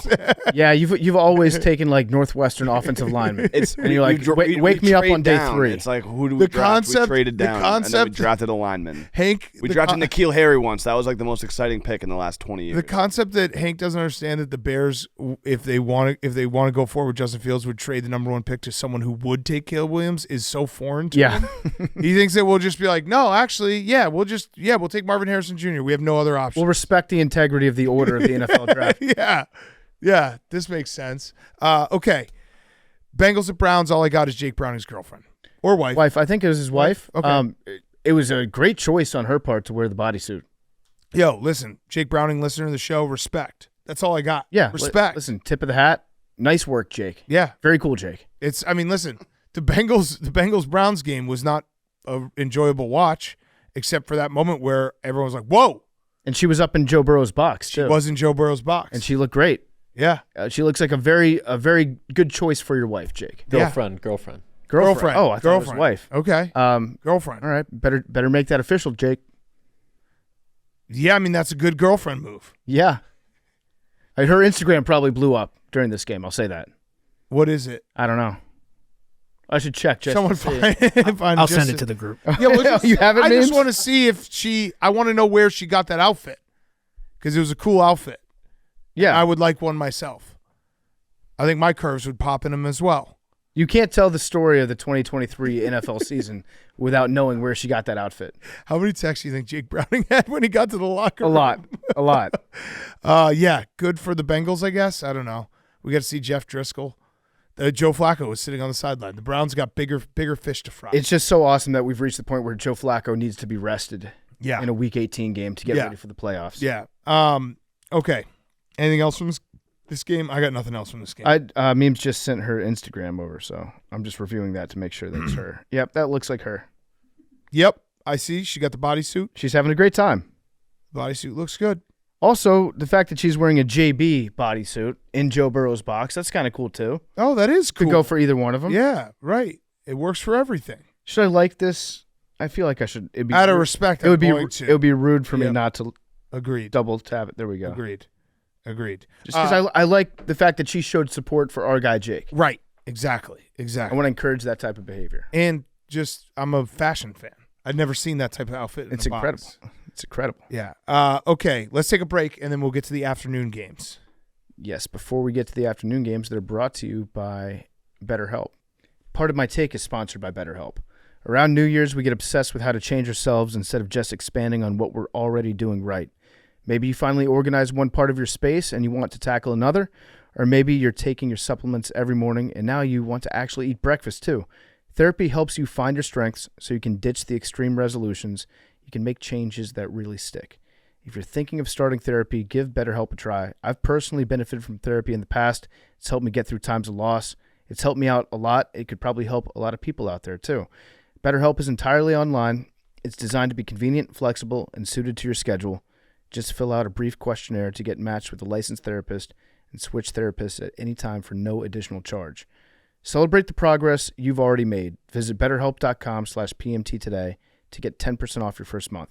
That's BetterHelp, HELP.com/PMT. These games are also brought to you by Coors Light. I was drinking a Coors Light. I drank plural Coors Lights. Me and Max drank some Coors Lights on Friday night. Had a great time. The mountains were blue. Were they not, Max? So blue. There were so many mountains. There were so many mountains. It was the Himalayas out there. It was incredible.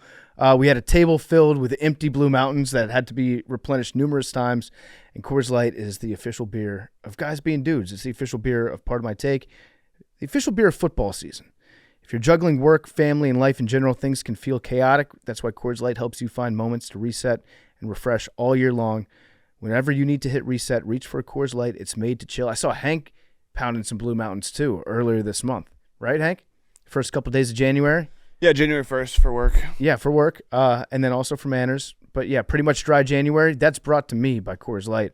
When it's time to chill, Coors Light is the beer that I reach for. So when you want to hit reset, grab the beer that's made to chill. Get Coors Light delivered straight to your door with Drizzly or Instacart by going to CoorsLight.com/take. Celebrate responsibly. Coors Brewing Company, Golden, Colorado. Oh, I forgot one early game. Bucs 9, Panthers 0. Yeah, not a lot happened in this game. Congratulations to the Bucs. They've made the playoffs, 4 years? They've won the division, was it 3 years in a row? Yeah, Bucs win the NFC South. Also, perfect way for the Panthers to go out where we have watched too much Panthers football because we have every game on. And them having it's so hard for them to score points. It's very, very difficult for the Panthers to score points. And them having a touchdown that ended up being a touchback was a perfect ending to the Panthers season and ending with 0 points. Yeah, if you're a Panthers fan, you go through the stages of grief when you're about to score a touchdown. Kind of, you start looking for the flags after they get in the open field about 30 yards, and then you start looking for defenders that will corner flag them and take them out of bounds at like the 2-yard line, and then you won't score after that. And this was the worst, where you're diving into the end zone and you lose the ball at about the half-yard line. And they actually did score a touchdown later on in the game that was brought back from flag. It was brought back from the flag. Yeah. So this is just a bummer of a year for Panthers fans. Yeah, well, they got the first pick. They did get the first pick in the draft, which is going to the Bears. Yes, and David Tepper is the worst owner in the NFL. David Tepper went – let's celebrate the accomplishments. He went a week without pouring a drink on an opposing fan. That we know of. If David Tepper had any bit of smarts, he would have done 2-for-1s today in the stadium. That'd be nice. And he just stood there and threw the second one at people. Or just buy him for Jacksonville. Yeah. Jacksonville needs beer. Yeah, Jacksonville does need beer. Okay, so congrats to the Bucs. We'll get to the Bucs-Eagles matchup later on in the week, and Max having to go down to Tampa. All right. Packers 17, Bears 9. All I wrote down was I'm sad. Go get the best deal. Okay, so those are my notes. We're on to the draft. Those are my notes. I was very sad about this. I thought the Bears were going to win this game. I dubbed it my Super Bowl. I said they were going to win this game. Turns out Jordan Love is really fucking good. I've done this speech before. You don't need to hear it again. Life is unfair. The Packers going from Brett Favre to Aaron Rodgers. Jordan Love is just the shining example of how unfair life is. And, Packers are good. Matt LaFleur is a great coach. They're in a rebuilding year, and they got to the playoffs. And the Bears, that sucked. I still am very optimistic about the Bears' future, but that fucking sucked. You guys saw it. I was silent for like an hour and a half after the game. But I'm optimistic about the future. That sucked a lot. The Bears cannot beat the Packers. It's impossible for them to beat the Packers. They're going to have to figure that part out. That's going to be a big point. Yeah, so figure out how to beat the Packers. We're 10-0 all time against the Bears. And all the stats, Jordan Love had the best season that a Bears quarterback would have ever had. There's nothing I can do. It sucks. I hate this feeling. So the number one pick. We have number one pick. I really, really wanted to win this game. I wanted to get the Packers out of the playoffs. Now I can't even revel in the Packers losing in the playoffs because this is a rebuilding year for them, and they made the playoffs, and they did it by beating the Bears in Week 18. And it's like time is a flat circle. The Bears cannot beat the Packers. They just can't, and it just fucking sucks. Everything sucks about it. And the Packers are a good organization, and the Bears are aspiring to be a good organization, and we'll see if they get there. All history shows they will not. So when you pretend to be hacked at the end of this game, organization? What? Isn't every organization aspiring to be a good organization? Well, no, there's some organizations that are good organizations. Right, but every bad organization aspires to be a good. There's been times when the Bears I don't even think are trying to be good. There's actually, have you ever watched Major League Baseball? Well, there's a lot of teams that really don't give a shit. Yeah. And the White Sox. Yeah. I had a lot of tweets that came my way after you pretend to be hacked, Big Cat. Oh, yeah. And most of them were saying, hey, PFT, can you ask Big Cat, since he's hacked, his comment on the Bears continuing to suck? So I just want to give a voice to them because they asked me to ask you that. Yeah. No, they your comment. They can't beat the Packers. I don't know what to say. They suck. Like, we can't beat the Packers. We can't. And the Jordan Love is really fucking good, and it's not fair. He was throwing dimes. And I want to be consistent. Hank's, see, this is the problem. Hank's on his phone. He's not listening right now. So when I say this next week, he'll be like, you flip-flop. Twitter. He's like, you flip-flop. You flip-flop. I am very optimistic about the Bears' future. I think that they have the bones for their defense is good. They have all these draft assets. They have all this cap space. I'm very optimistic about the Bears' future. They played well down the stretch. They have to nail this draft, and they have to figure out a way to beat the Packers because we can't beat the Packers, and that is a problem. And it makes me very sad, and I'm kind of wish I didn't like sports. Does that answer your question? I noticed What, Max? there was one particular What, position or Max? person that wasn't mentioned in any of that. Max, what? I'm just thinking about how good this is going to add to that montage that we made of you. I feel like I'm staying. I'm not as down in the dumps. I'm being optimistic. I'm talking about the future, guys. Isn't this You haven't mentioned Justin Fields once. Well, Ryan Poles is going to work on it. Isn't this a good thing that you lost your gateway game? Because how much more crushing would this loss have been if you? No, I still would have won. No. Yes. This you would be suicidal. No, I would. I want. Of course, I would. If you said, would I rather have had a chance to play? Like, this still hurts. It hurts the same. I would have loved to have a chance to play to get in the playoffs in Week 18. That would have been incredible. Ryan Poles is gonna figure it out. Okay. All questions. I should do like a forward email out of office. I'm out of office for the next 3 months. If you have any issues or any problems, please forward them to Ryan Poles. He will figure it out. And you trust him completely. 100%. He's put us in this spot where I can be optimistic about the Bears' future for the first time in a very long time. Like, they have everything in front of them. You have to nail this draft. You have to also figure out a way to beat the Packers because they can't beat the Packers. Do you have to win this? You have to figure out this draft. Do you think the quarterback position, as it's Coaching, I as wish it's they would currently change it. constituted, is in a There it position is. to beat the Packers? What do you mean there it is, Hank? I want Eberflus gone. They said that he's staying. What am I going to say? Of course I want him gone. The fucking Jim Nantz and Tony Romo started blowing Luke Getsy, and then immediately after there was 2 negative plays. They need new coaching. But what the fuck? I trust Ryan Poles, so if he's like, we're keeping Eberflus, guess what? I put myself in a bad spot here. So, Big Cat, my question was, do you think that the quarterback position, as it's currently composited, is in a position to beat the Packers moving forward? Thank you. I appreciate this question, PFT. I am currently out of the office. Okay. All issues or concerns, if this is an emergency, please contact Ryan Poles. Mm-hmm.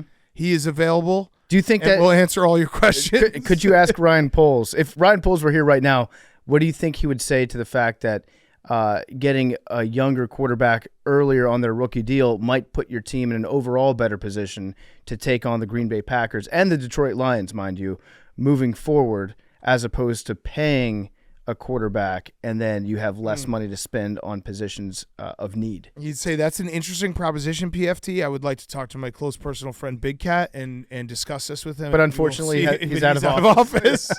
We're just in a circular pattern. Yeah. I don't know the answer. Wait, Hank has a question. We're not good right now. We're gonna be good, I think. Hank, what's your question? We need to figure out. It's like the Enigma. We got to crack the code and figure out how to beat the Packers. We got to get our best guys on it. Let's get every brain we got. We got to figure out a way to beat the Packers. Did Tony Romo and Jim Nantz announcing the game enhance your experience? No, it made it viewing? significantly worse. We have breaking news. Suck. Eberflus got fired? This is sad breaking news. Oh, no. Arthur Smith is no longer the coach of the Falcons. That sucks. Moment of silence for Arthur Smith. Damn it. He'll fall on his feet. I think he'll be okay. He'll be all right. We love Arthur Smith. It sucked how that all went down. Maybe back to the Titans. Maybe, yeah. Maybe back to the Titans.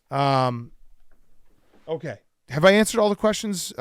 Maybe coach of the Commanders. Maybe coach of the Commanders. We got FedEx right on the side of our building. Have I answered all the questions you've had, Hank and PFT? No, Hank pertains to the Bears? had one more.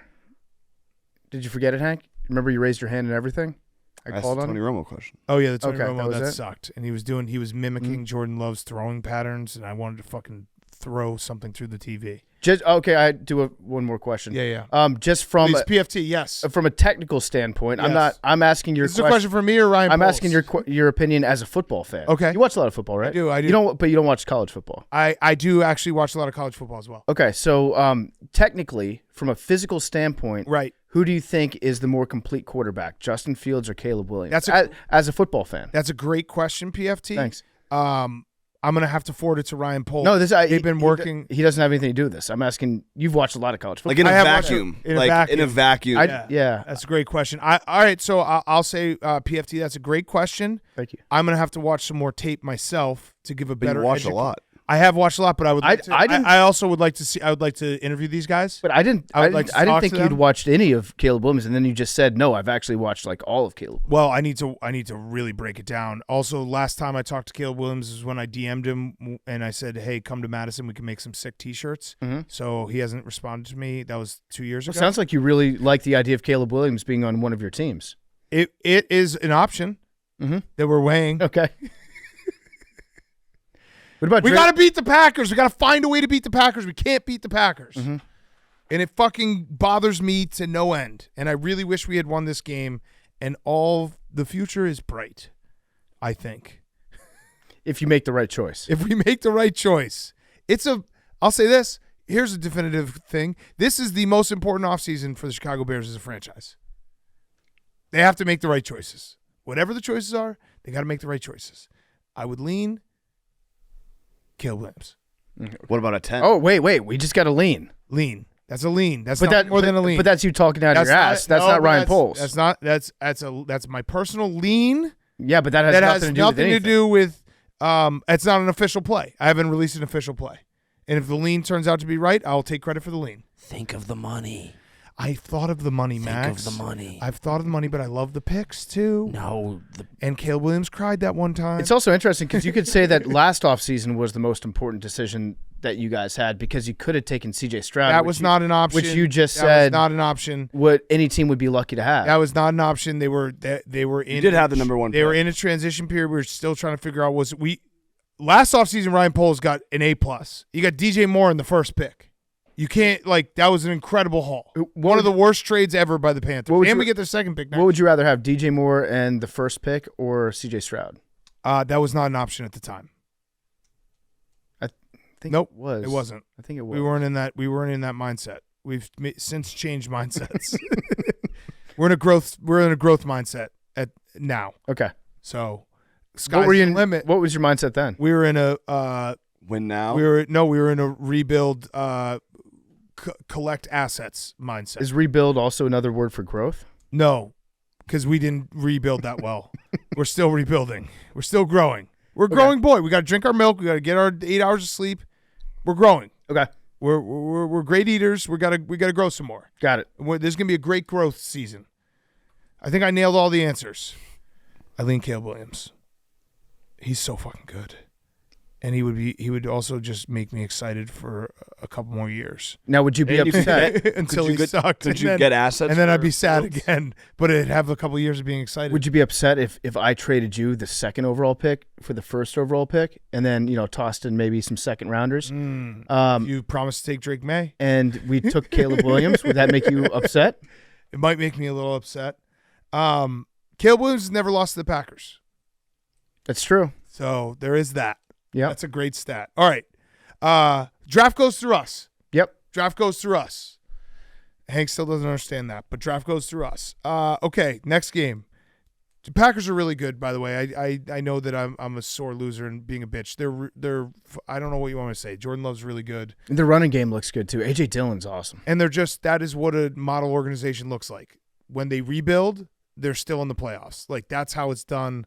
They have a great coach. They have a great infrastructure. They figured out the hack to quarterbacks. Draft them, sit them, make them good, make them Hall of Famers. Then you set them free and just rain terror on everyone for 15 years. And then they go to the Jets. Yeah, and then they go to the Jets. And then they just restart the whole fucking thing, and I cannot believe it's restarted again. But here we are. Jordan Love is the real deal. There, I said it. Happy Packers fans. Okay, Giants 27, Eagles 10. Now we switch the focus.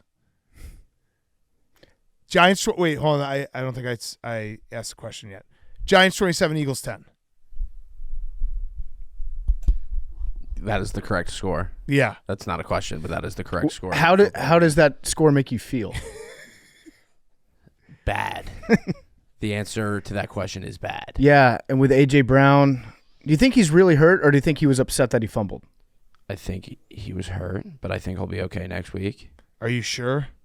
No, I'm not sure. I'm not a fucking doctor. Uh-oh. I mean, I'm trying not to curse and get angry during. Did your mom tell you that? My mom did tell me that. All right, so let's talk about something like more lighthearted. Jalen Hurts' middle finger. How does that look? He came back in the game after that. Yeah, Okay. and then I think he threw a pick. He came back in the game and then threw a pick. Well, the Cowboys started to blow him out, so then they rested the starters. Yeah, you guys got whooped. Yeah, it's a bad football team. You got whooped. I said they were a bad football team last week. But what about A.J. Brown's speech to Nick Sirianni? Yeah, well, they got me, but they're still a bad football team. And I said, I didn't say that changed my mind. I said that opened the opportunity to change my mind. Got it. Okay, I got it. So Sound like mine, me right yes. now. Yeah, mine I like not this. changed. Yeah, Correct. What about this quote from Sirianni after the game? We lost 5 of our last 6. That doesn't discredit the rest of the season. You are as good as you are. Fuck, I can't even. I don't know. I don't know what I'm saying. The team's a bad football team right now. I don't care what they were doing at the first 11 games. So you're disagreeing Yes. with Nick Sirianni. You do discredit the rest of the season. I'm disagreeing with everything Nick Sirianni is saying. It is like saying, how come no one's talking about all the flights Bill Clinton didn't take on Epstein's jet? Correct. Yeah. What do you think you can win this game? It's crazy that the Eagles are in the playoffs. Also, shout out all the people who had the Eagles win total over. I think it was 11, and I would have lost my. so they pushed. They were 10-1, and they pushed. Mm-hmm. Max was That's brutal. Max was also saying earlier that he would trade seasons with all of us in a heartbeat. Yeah, Like going to the playoff, limping into the playoffs. You would rather be in this room, and also Shane's in this room, and Shane has the 4th pick overall. Fifth pick. Oh Okay. shit! So yeah, boys are loaded. We're stacked. That's right not now. what I. And Max would trade this entire That's season not what I to be said. in our position. What So really, we won. What I said we is had the better if year. anyone in here wanted to trade their pick for a playoff spot, for our playoff spot, I would take. I decline the pick. I'm gonna have to get back to you after I talk with Josh Harris. Okay. Max, can you win this game on Monday night? The fact that they're Your 3-point favorites. favorites Yeah, your is favorites. insane. Yeah. I guess, as bad as the Eagles played today, the Bucs also looked terrible. Yeah, they against did. the Look Panthers. bad, So that's yeah. why, I guess it kind of makes sense. And we did already go to Tampa on Monday Night Football and beat the Bucs, but that was a different football team. Those Eagles. That was Yeah. those Eagles. This is this Eagles. What- They're legitimately the worst team in football right now. Are you worried that because you've gone to Tampa already this year, that they have the tape out on Jalen Hurts scrambling to the right and then throwing it out of bounds? Your favorite play? You kept saying that today. The number one receiver was 90-year-old Wait, but Julio that wasn't Jones just today. this game. He does But it you kept saying 17 it. Well, times a game. You kept being like, look at this, look at this. There's no way anyone was open at all as soon as A.J. Brown went down. Sounds like Jalen Hurts is a system quarterback. I would love to look at any quarterback in the NFL if their top 3 weapons go down. Well, let's see. C.J. Stroud had a lot of guys, right? Yeah. Patrick Mahomes Nico has Collins? no one. Patrick Mahomes lost all No of his one. weapons. Travis There's no Kelce one. is number 1. He's old. Yeah. Nico Collins wasn't their number one guy at the start of the year. Yes, he was. Tank Tank Dell. Tank Dell wasn't Tank their Dell number was one not at the their number start of one the at the start of the season. You're right. He's right. He got to their number 1. He's but right. That's Nico, what I'm talking about. The middle of the We got to season. flip. We got to flip it back. Talk about You the got middle of one the right season. there. We don't want to. So was Travis Kelce. We don't want to let him get a couple right in a row. Dallas Goedert was still out there. Yeah, I would say he's the number 4 option. Wait, so who's in your that 3? offense. DeAndre Swift. Is your for catching like the ball? I'm just saying offensive Oh. weapons. I don't know about that, Maxie. Would you not? Well, as bad as the offense looks, the defense does not look any better. Yeah, Tyrod. Carved you up. Second half look good. Max was saying that too. He's like held them to 3 points in the second half. No, the yeah. fucking 6-win Giants with Tyrod Taylor. You're like, man, we held them to 3 points. No, yeah, Matt Patricia transition has gone poorly, but I don't know. You thought you were going to win this And- game, and you this was a get right before the get right.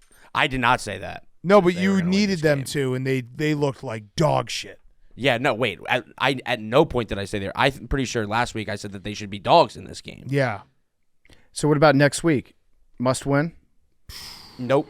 What? Not a must-win. Switching. You're switching it up. Switching it up. This guy made every inconsequential regular season game a must-win, and he's not making the playoff Wow. game a must-win. Well, Wow. it's spoiler. Well, good news for you, Max. The gauntlet is over. I mean, the gauntlet. Yeah, the Giants. Well, The gauntlet is over. You Giants, didn't- Cardinals, Giants. What a gauntlet. You didn't survive the gauntlet. No, we didn't survive shit. Yeah. Man, to think the Eagles were 10-1. That team that beat the Bills.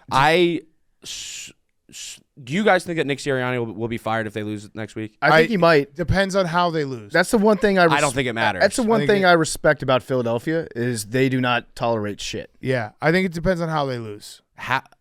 What's a scenario? Miss kick at the end of the game. Like Even down how one this- miss kick. The Eagles were 10-1. I understand. They're not good. They were 10-1. Some coming people off are of- calling him a coordinator After merchant. coming off of wins against the Chiefs and the Bills and the Dolphins. Look at the drafts. That's so sick. 1, 2, 3. Oh, look at that. And I got 9. No big deal in my back pocket. I 9. love that for us guys. Yeah. We're going to be the #1 draft podcast in America. Yeah. It's going to be great when you trade Justin Fields to the Patriots for their second round pick. What? Ooh. That would be. That would actually be great that for would- the show, yeah. Wait, but Yes. that would. If we got a second for him, that would be great. Yeah, no, I think that's going to happen. Oh. And then the Patriots go Marvin And Harrison, Justin Fields. Belichick goes to the Commanders. Yeah. We're just fucking. We're all just wipe Yeah, it's swapping. just Yeah. the whole. I like the it. whole thing. Oh shit! Just sharing our I'm shit in with for everyone it. else. I'm It's in gonna- for it. Next year's going to be fun. I'm in. For Yeah. It.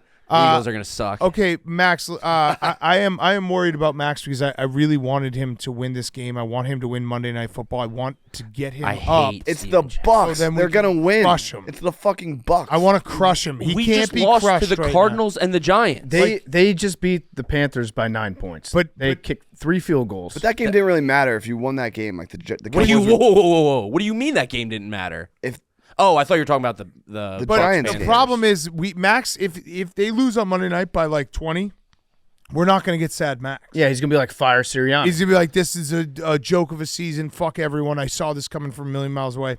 They need to beat the Bucs. This is what smoke them. They're gonna smoke them.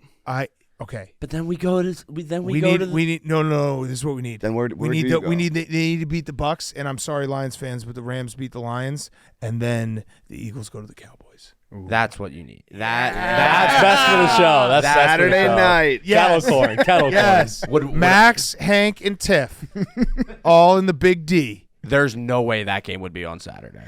It could Eagles, be. Never know. Eagles, Never know, Cowboys. Max. 50-50 We- shot. if that's the game, we have to go. Yeah, I think I'm not going. I might go too. Fuck it. I'll film. Oh, actually, I'm not going to go. What am I saying? But you guys. Yeah, are I'm gonna not. go. I'm not Okay. going. No, No, yeah, Max you is will. going. Oh, yeah, I'm not going. You and Hank are going to have to go down there I'm not going. together. That would be awesome. Yeah. Yeah. Yeah. Yeah. Memes, can I just make one request for this trip you guys are going to make? You're going to bring a good camera, but when Max gets in a fight, please just use a cell phone camera so that we can Also, feel like it's, the real raw footage. Also, the Eagles playing on Monday night. There's no way that they would put. Them Oh, on yeah, Saturday. true. Well, No, no, you and never also- know. 50-50 no, I'm saying shot. even if it's on Sunday, we have to go. Yeah. No, Yeah.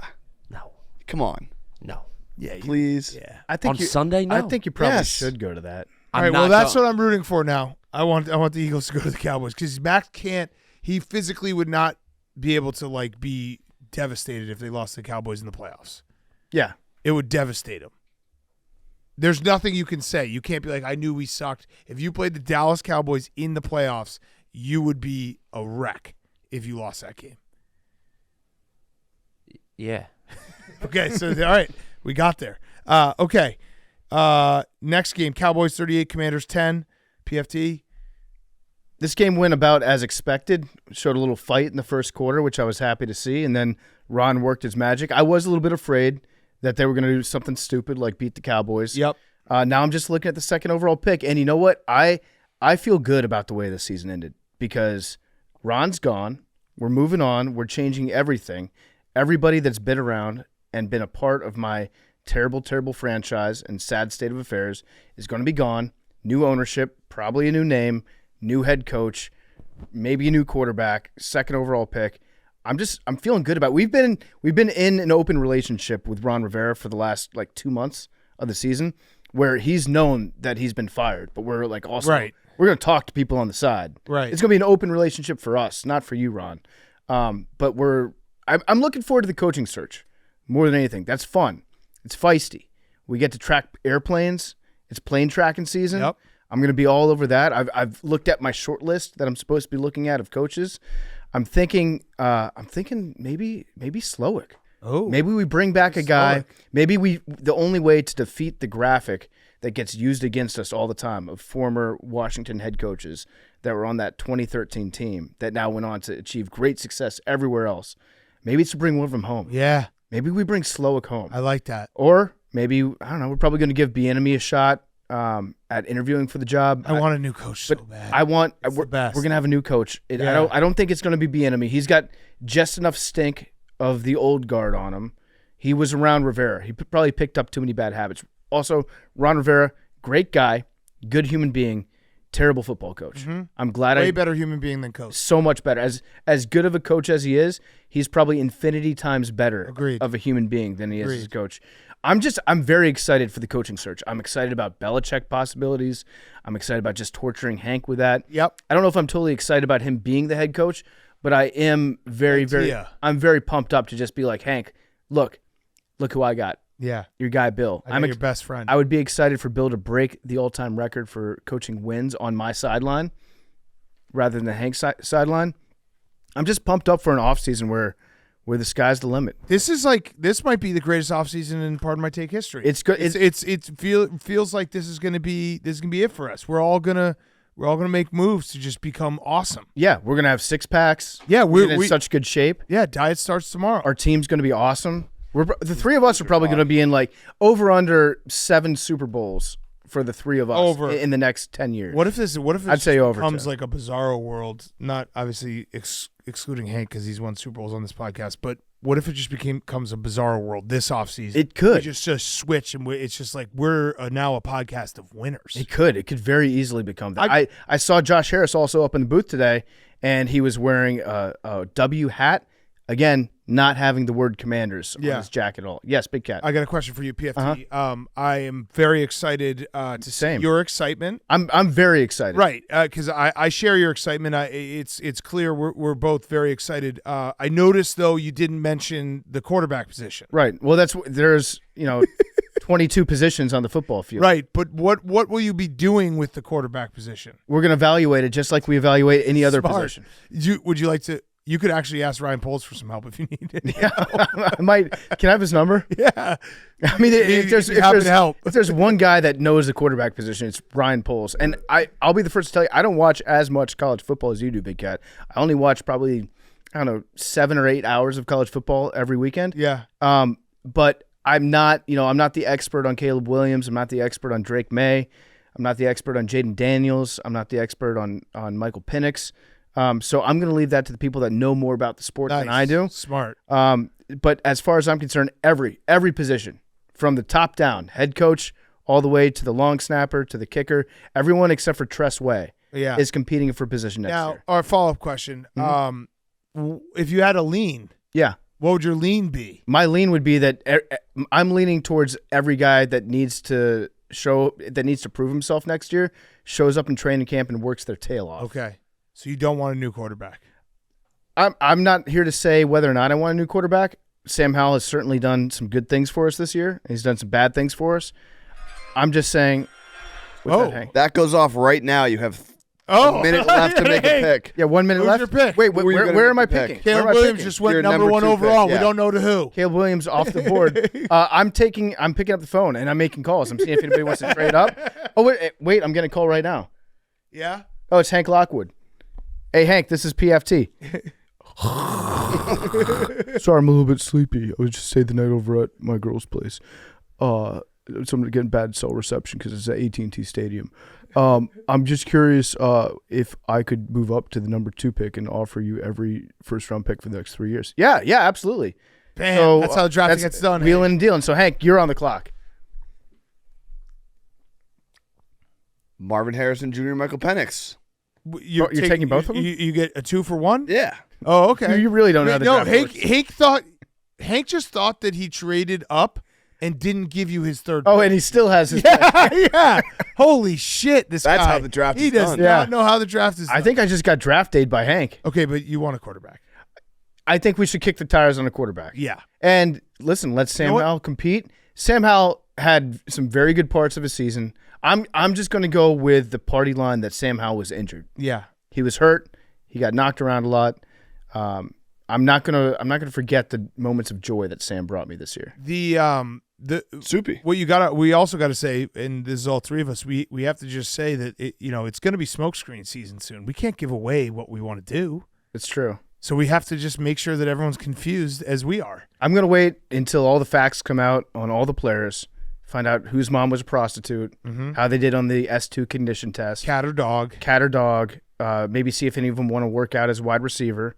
And then I'm going to make the decision based on that information. Right love now, that. you're asking me to make a decision based on incomplete information. Yeah, I love that for you. But yeah, I would like to have either Caleb or Drake. Yeah. Okay, so there you go. You have our leans. I'm leaning either Caleb Williams or Drake May. Well, I'm leaning Caleb, so you'd have to lean Drake May. Unless you lean away, unless Yeah. you trade your pick Right. to me. Right. In which case, Or to Hank. In which case, I might start to lean Caleb. Or you know draft what? Marvin Harrison Jr. Justin It's Fields, Marvin not Harrison happening. Jr. Just shut I'm up just about saying, that. It's know an what? option. I'll just say it. I want Drake May. Boom. May. I want Caleb Williams. But I if just said it. But if we moved up to number one, I might want lean Caleb Williams. in the 3 slot. Okay, well, you're not going to get him Yeah, in that's the not 3 happening. slot. Jesus Christ. No, and you never know, Big He Cat. just said he wants Drake May. because I want Caleb Williams. I have the 1 pick. if Big Cat takes Marvin Harrison with the number 1 overall pick like you have, then Hank thinks that I'm going to take Drake May with the 2nd pick. Right. And then Caleb's going to fall to him. He just can't But- get it through his head. But wait, Hank, I'm confused. Don't the Patriots, wouldn't they take calls and then load up with a haul and trade back? No, you need a quarterback. You need a franchise quarterback. I'm very excited for this to become a Yes. draft podcast. Yes. We're going to break down so much. I'm I'm also very excited I'm in for over us my head. to take Caleb Williams, Drake May, and Hank to not have a quarterback and be like, how did this happen? yeah. I don't understand. We had the number 3 pick. Okay. Cowboys, I don't know. They now get the 2 seed, so they're going to have at least 2 games at home if they win. So we won't find out. Like, the Cowboys are live because they could easily just, they play. If they get to the NFC Championship game against the 49ers, all you got to do is win 1 game. So who would they play in the second round? They would potentially play the It depends yeah. if there's reseeds or not. But if, Lions if if it's the all seeds home, hold. Yeah. Yeah. Yeah, I would like to see that. Yeah. That'd be a fun game. Cowboys Lions. Yep. Redo it. Induct Jimmy Johnson to the Ring of Honor again. Yeah.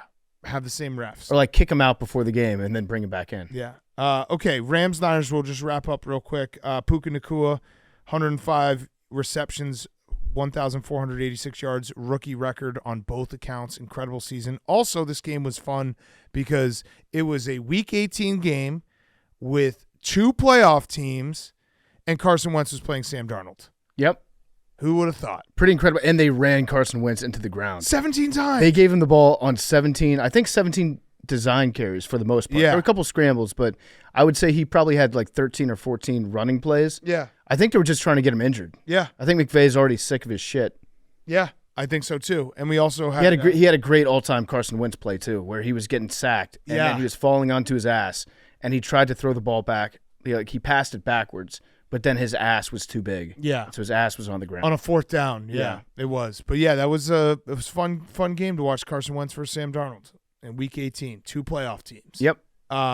It was a vanilla off. Like the offenses both teams were running, they were saying we don't want to show you anything that we're actually going to use. Yeah, because we might play again. We're going to run a hilariously bad offense intentionally. Right, because if the Rams win, they'll go, or most likely go back to San Francisco. Yep. And yeah, I mean the Rams are dangerous. I'm gonna keep saying it. Rams are dangerous. They're officially dangerous. Isn't it crazy how the NFC playoffs are just we all year the beginning of the year was like, who the hell's going to come out of the AFC? NFC feels like they have some really good teams that all could get hot, and that's including that's 1 through 7 minus 5. No, I would say the Eagles could get hot. They could. The Eagles, they were in the Super Bowl last year. 1 through 7 minus 4 and 5. I could see any of those teams being in the NFC Championship. Those Eagles, if they can figure out a way to transform back into those Eagles that we saw earlier this year, True. those Eagles could win the NFC. And the Bucs won a Super Bowl a couple years ago. Yeah. You could see the Packers winning at Dallas and San Francisco. No. Not San Francisco, but I could Okay. definitely see them beating Dallas. Yeah. The Niners are the Packers. The Niners are to the Packers what the Packers are to the Bears.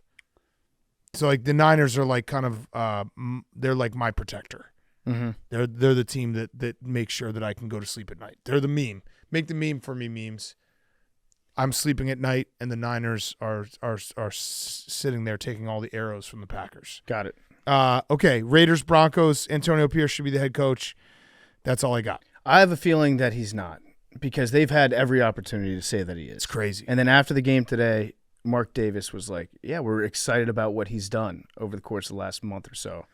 I have a feeling the Raiders are going to screw this up, and they're going to go out there and hire probably a retread coach, probably someone who's been fired maybe over under 1.5 times before, and they're going to screw it up, and it's going to be sad, and everyone's going to say, well, we had our coach, and you let him get away again. Yeah, which would be very stupid. Yep. Very, very, very, very, very, very stupid. But yeah, Antonio Pierce should be the head coach.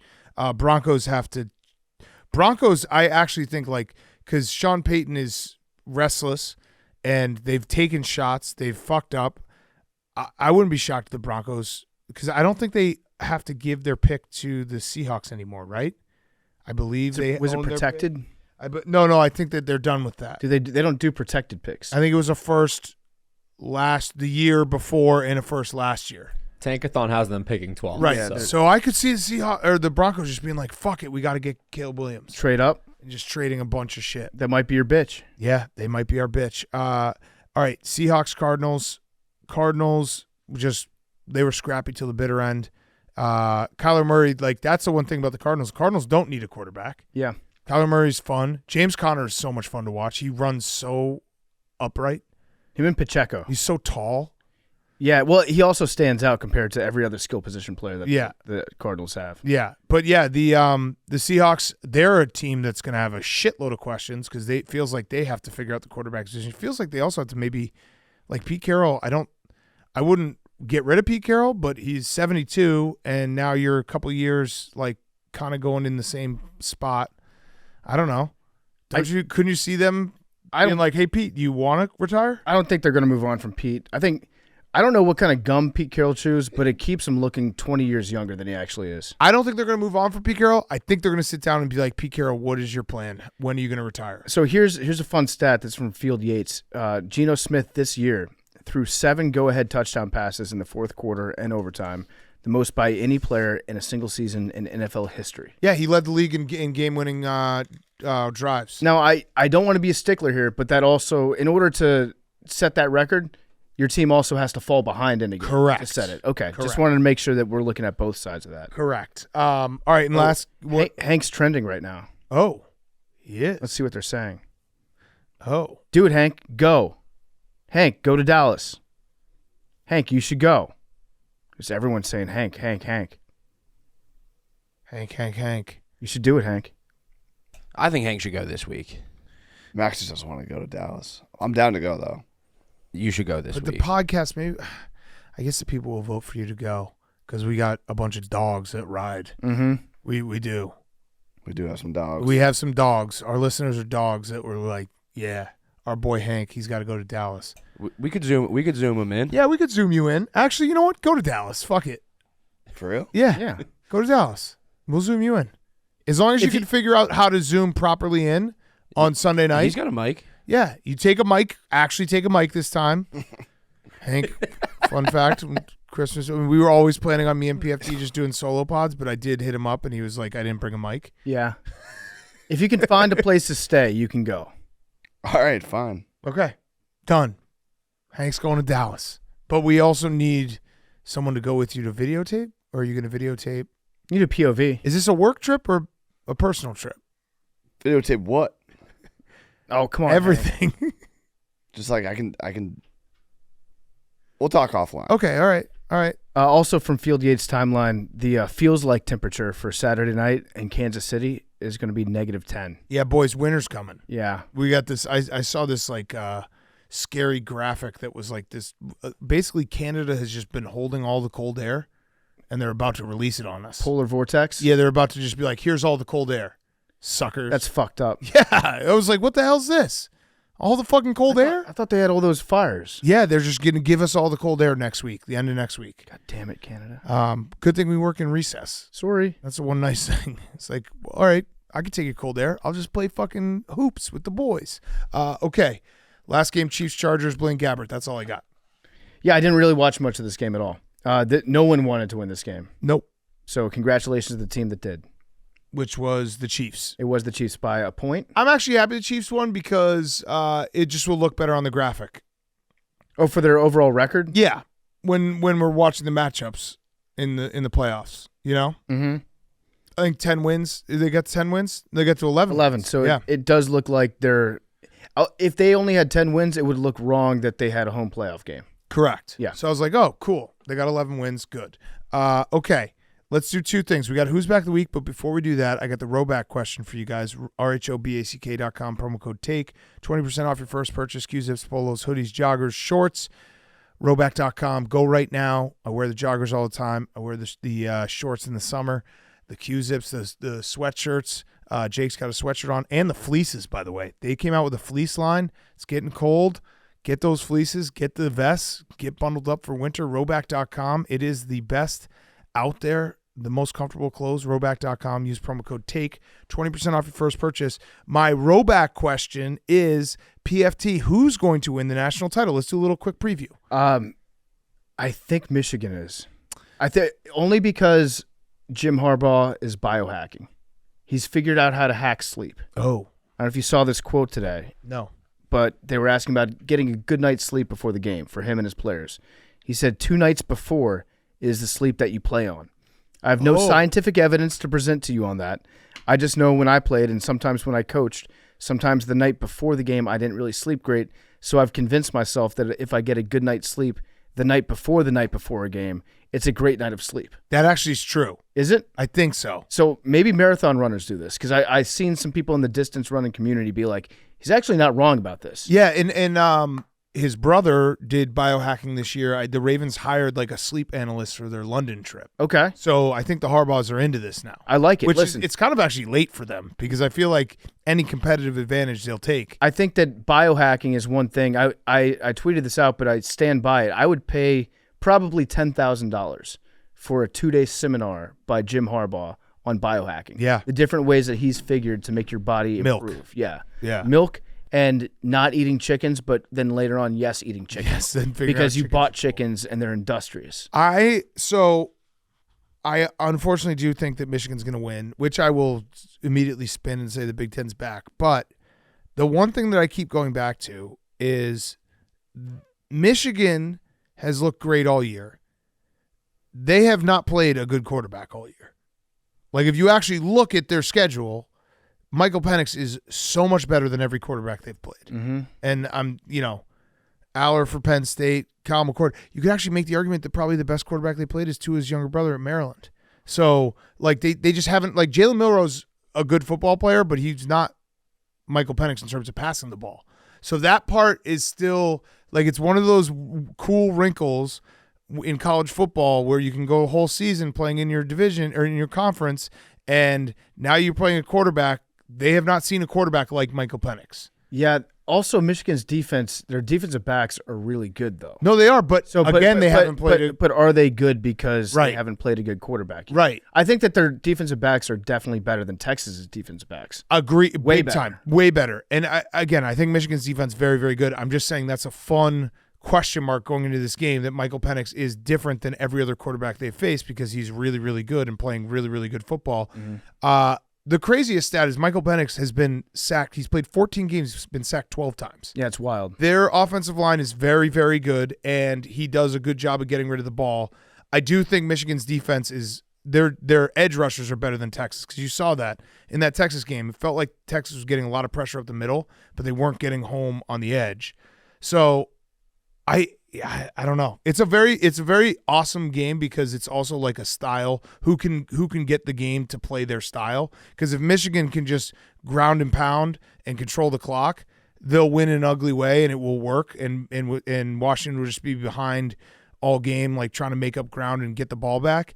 But if Washington can somehow get them into the like TCU game last year, Yeah. a shootout, then Washington's like as live could be. Okay, so what has to happen in order for people to say to Michigan, you guys are a good team without the cheating?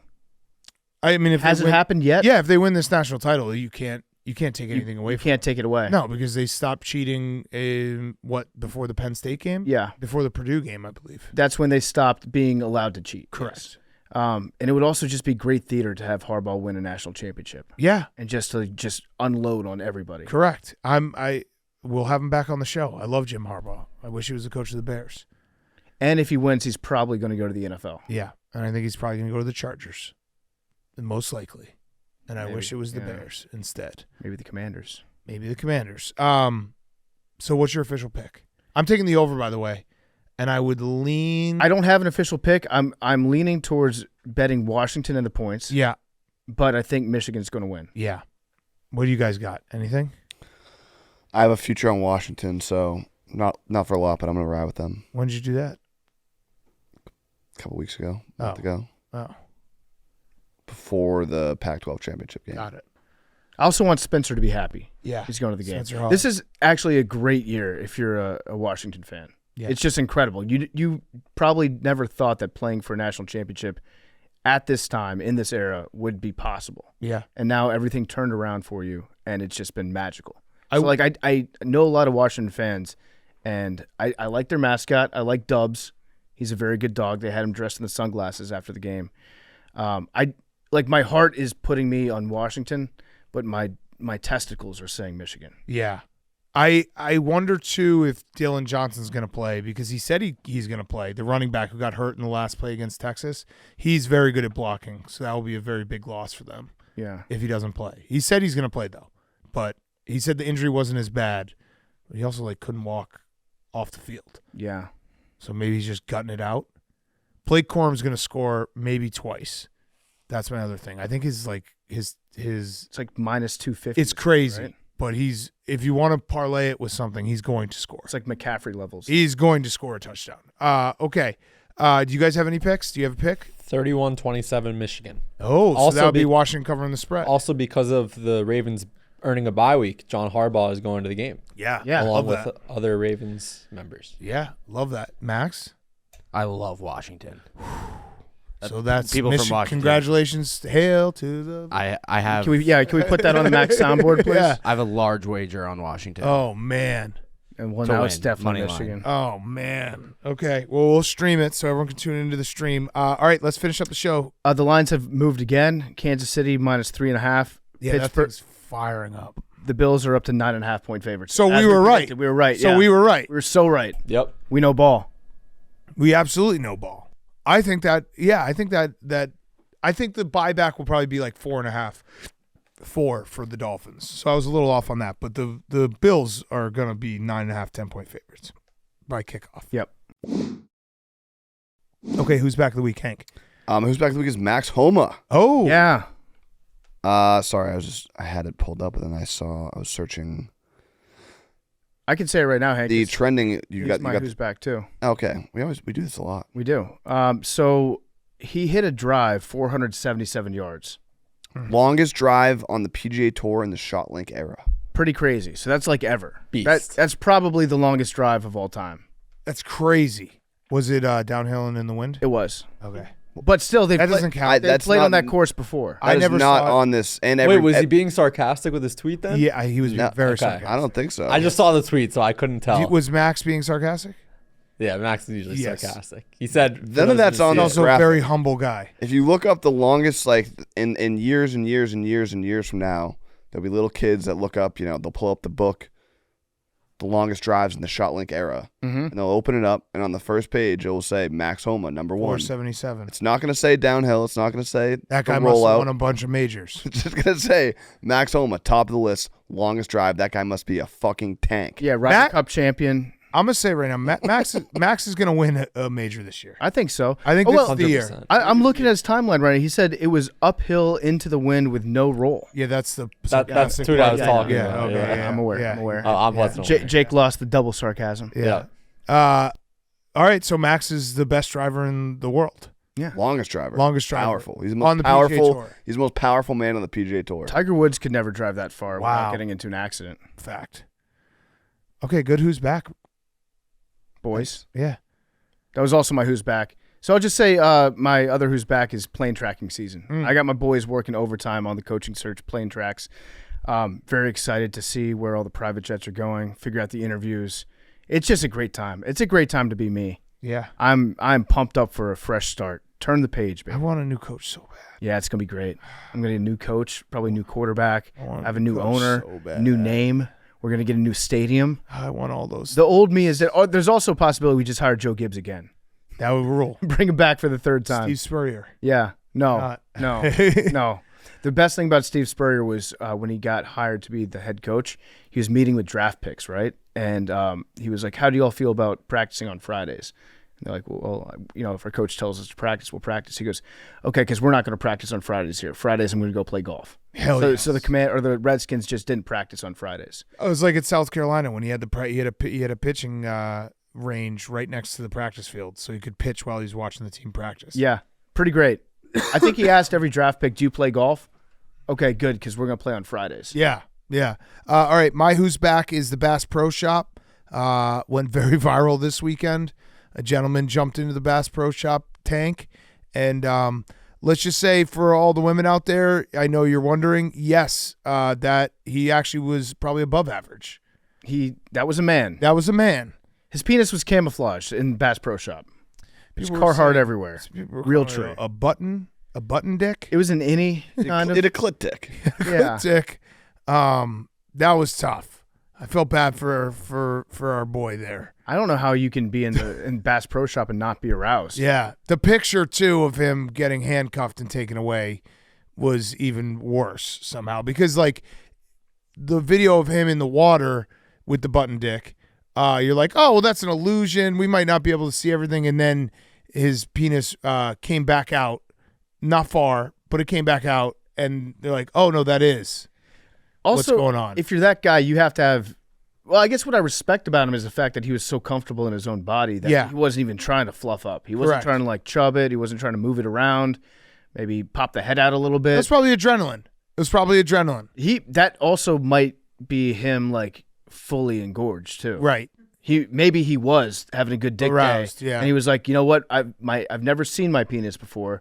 The fact that I can see the head of it, I need to take all my clothes off and get on camera. It might have also been, kind of a fight or flight situation. If you jump into water naked, you're like, I don't want any fish to bite my dick, so I'm going to make sure my dick disappears. Yeah, it could be mistaken for bait. Yeah, so it's gone. Yeah, Yeah, I love that guy though. yeah, that guy ruled. It's But also it was like a button on a pea coat. if a guy's handcuffed and pantsless, it's just a bad look. It sucks. Yeah. It's gotta suck so bad. You can't give him a towel. Yeah. And they got shirts right there. They got shorts. They got pants. Yeah, it's Hook them up. tough look. All right, Jake, finish us off. My who's back of the week is Draymond Green. Oh, He has been reinstated after a Great. 12-game suspension that was initially indefinite, and he'll be back in game action soon enough. I predict that Draymond has learned his lesson. yeah, he won't do this again. I think that Draymond had a brief mental error, a brief moment where he blacked out a little bit, a heated gaming moment, and he will not be making that mistake again. Draymond's a new man. Yeah, he was undergoing counseling for several weeks, Oh, I'm along sure with that holding works. progress meetings, and the parties are expected to continue with regular check-ins. I would like to even see- after he returns to action. Like what kind of conversations he was having. I think Draymond Green was like the final limit of, and I'm not, anyone who's going through stuff, getting help is important, but I think he was the final test of like the last guy who could be like, well, it's mental health I'm working on. It's like, well, no, you're just an asshole. Yeah, sometimes you're a jerk. Like people being like, oh, well, we hope he's okay. Like, Well- no, he's just a dick. That being said, his reaction and how he's just like throwing punches anytime he's minorly inconvenienced in a professional basketball game, there probably is something that he needs to work on. Yeah, of course. There's definitely like a course. rage issue when you read out like that and you Right. just decide to start swinging wildly at people. But he was the one guy who, like, when people are like, well, he's going through something, it's like, well, he also could just stop punching people. Yeah, it's him and John Morant. Yeah. How do we get past our issues? Well, stop showing guns on a live stream and then stop punching people. Someone wrote a deep dive. I got to fucking find it because it would be very funny to read on here. But they were like, Draymond Green has a type and he only punches like Euros. Yeah. He's only punching euros, so all the euros. Jordan Poole. Well, yeah, Jordan Poole in practice. Oh yeah, Jordan Yeah, that's Poole. true. Yeah, but that was practice. Practice. And also Jordan Poole kind of egged him on. He was literally practicing to punch a euro. See Jordan Poole's plus minus. What is it? It's the lowest in the league. It's hilarious. Yeah, minus 250 or awesome. something. he's the Good best. for him. He's never seen a shot he couldn't hit. Yeah, they asked Steve Kerr about it when the Wizards played the Warriors. He's like, he's a success story. Look how much money he's made. Yeah, Jordan Poole. Jordan Poole is such a detriment to have on your team that Steve Kerr was like, yeah, Draymond kind of he's in the right way to punch you. Yeah. like I empathize with that. Yeah. Okay, good show, boys. We got playoff football to talk about all week. We'll have some good guests to break it down. We'll obviously talk about the national championship on Wednesday. Let's finish off with some numbers. 40. 18. 71. 3. 20. 99 pug. Love it, Pug. Also, if you're watching on YouTube, we have a new winner's circle. Shane's got 5. Check out pictures of Shane, you went 5? our winners. It's me and Hank. Fifth pick. Oh, 5th pick. All right, I'm going 71. And Big Cat, you still have an open invite to join the winner's circle. No, Crybaby Max. Oh, by the way, congrats to Max for not losing the opening act for Vegas. Memes will be doing the opening act, which I'm a winner. So wait, Max, you finished in what place? Couldn't have picked two Second. a worse combination. I really don't know what to expect from memes. Well, memes No keep offense to saying memes. I don't have to Definitely do stand offense to up. myself, but So memes is gonna do. I don't know. You might have like a PowerPoint Of presentation memes. of memes, various Yeah. memes. Yeah. Memes through. You know what you should do?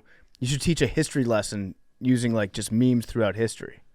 I actually said that to Max outside right before. History of memes. History of Yeah, memes. I like oh, that. nice. Also, Max cheated because he took the over in the Ravens Steelers and then complained about it to a point where Oh yeah, he hit the under. you did have the over, right? I didn't. Oh, the graphic said you had the over. Also, that extra holiday pick that Hank wanted kind of fucked me. Oh. Yeah, it would have been Max. It was the holidays. Oh, damn. damn. Damn. I saw Max say, It was 'cause the holidays. Max, there was an incorrect graphic, and we just, like, on the text chain, just basically just got under Max's skin for, like, an I hour knew on it- Saturday. And I walked in this morning, and I was like, is there ever a point of you where you're like, I know what they're doing, I can just not pay attention? He's like, yeah. I can't help myself. Yeah. You guys are very good at getting under my skin, and I know that you're doing it, but I still have to fight back. What is that picture, Jake? Right here? Yeah. It's all of my scoregamis in a Oh, collage. my God. I also printed out individuals behind me. Oh, my God. I did a CVS run. Got the lottery ball winners by the That's so much. I didn't even notice it till right now. yeah. You Subscribe doubled to up. YouTube. You What's your doubled up. favorite scoregami, Jake? The next one. Yeah. Oh wait, you have Seriously. one framed? Yeah, this is framed. No, he has all the Oh. pictures on the wall and the all collage. the pictures in a collage on the desk. So you've So got perfectly, Jake. I'm scoregamis happy for you. I think everywhere. in it there. has to be the 70-20 for the Dolphins. Yeah. So you made that yourself. Oh, yeah, yeah. I made the collage. Did you gift it to yourself? Did you wrap it? No, I just hung it up for our You should- AWLs you to watch should've- on You YouTube. should have wrapped it and then unwrapped it. And like, look at this. Someone got me Wonder all what my it is. scoregamis. All right. Yeah. Everyone's got their numbers in? Yep. Say them again real quick. 71. 20. 3. 18. 99 pug.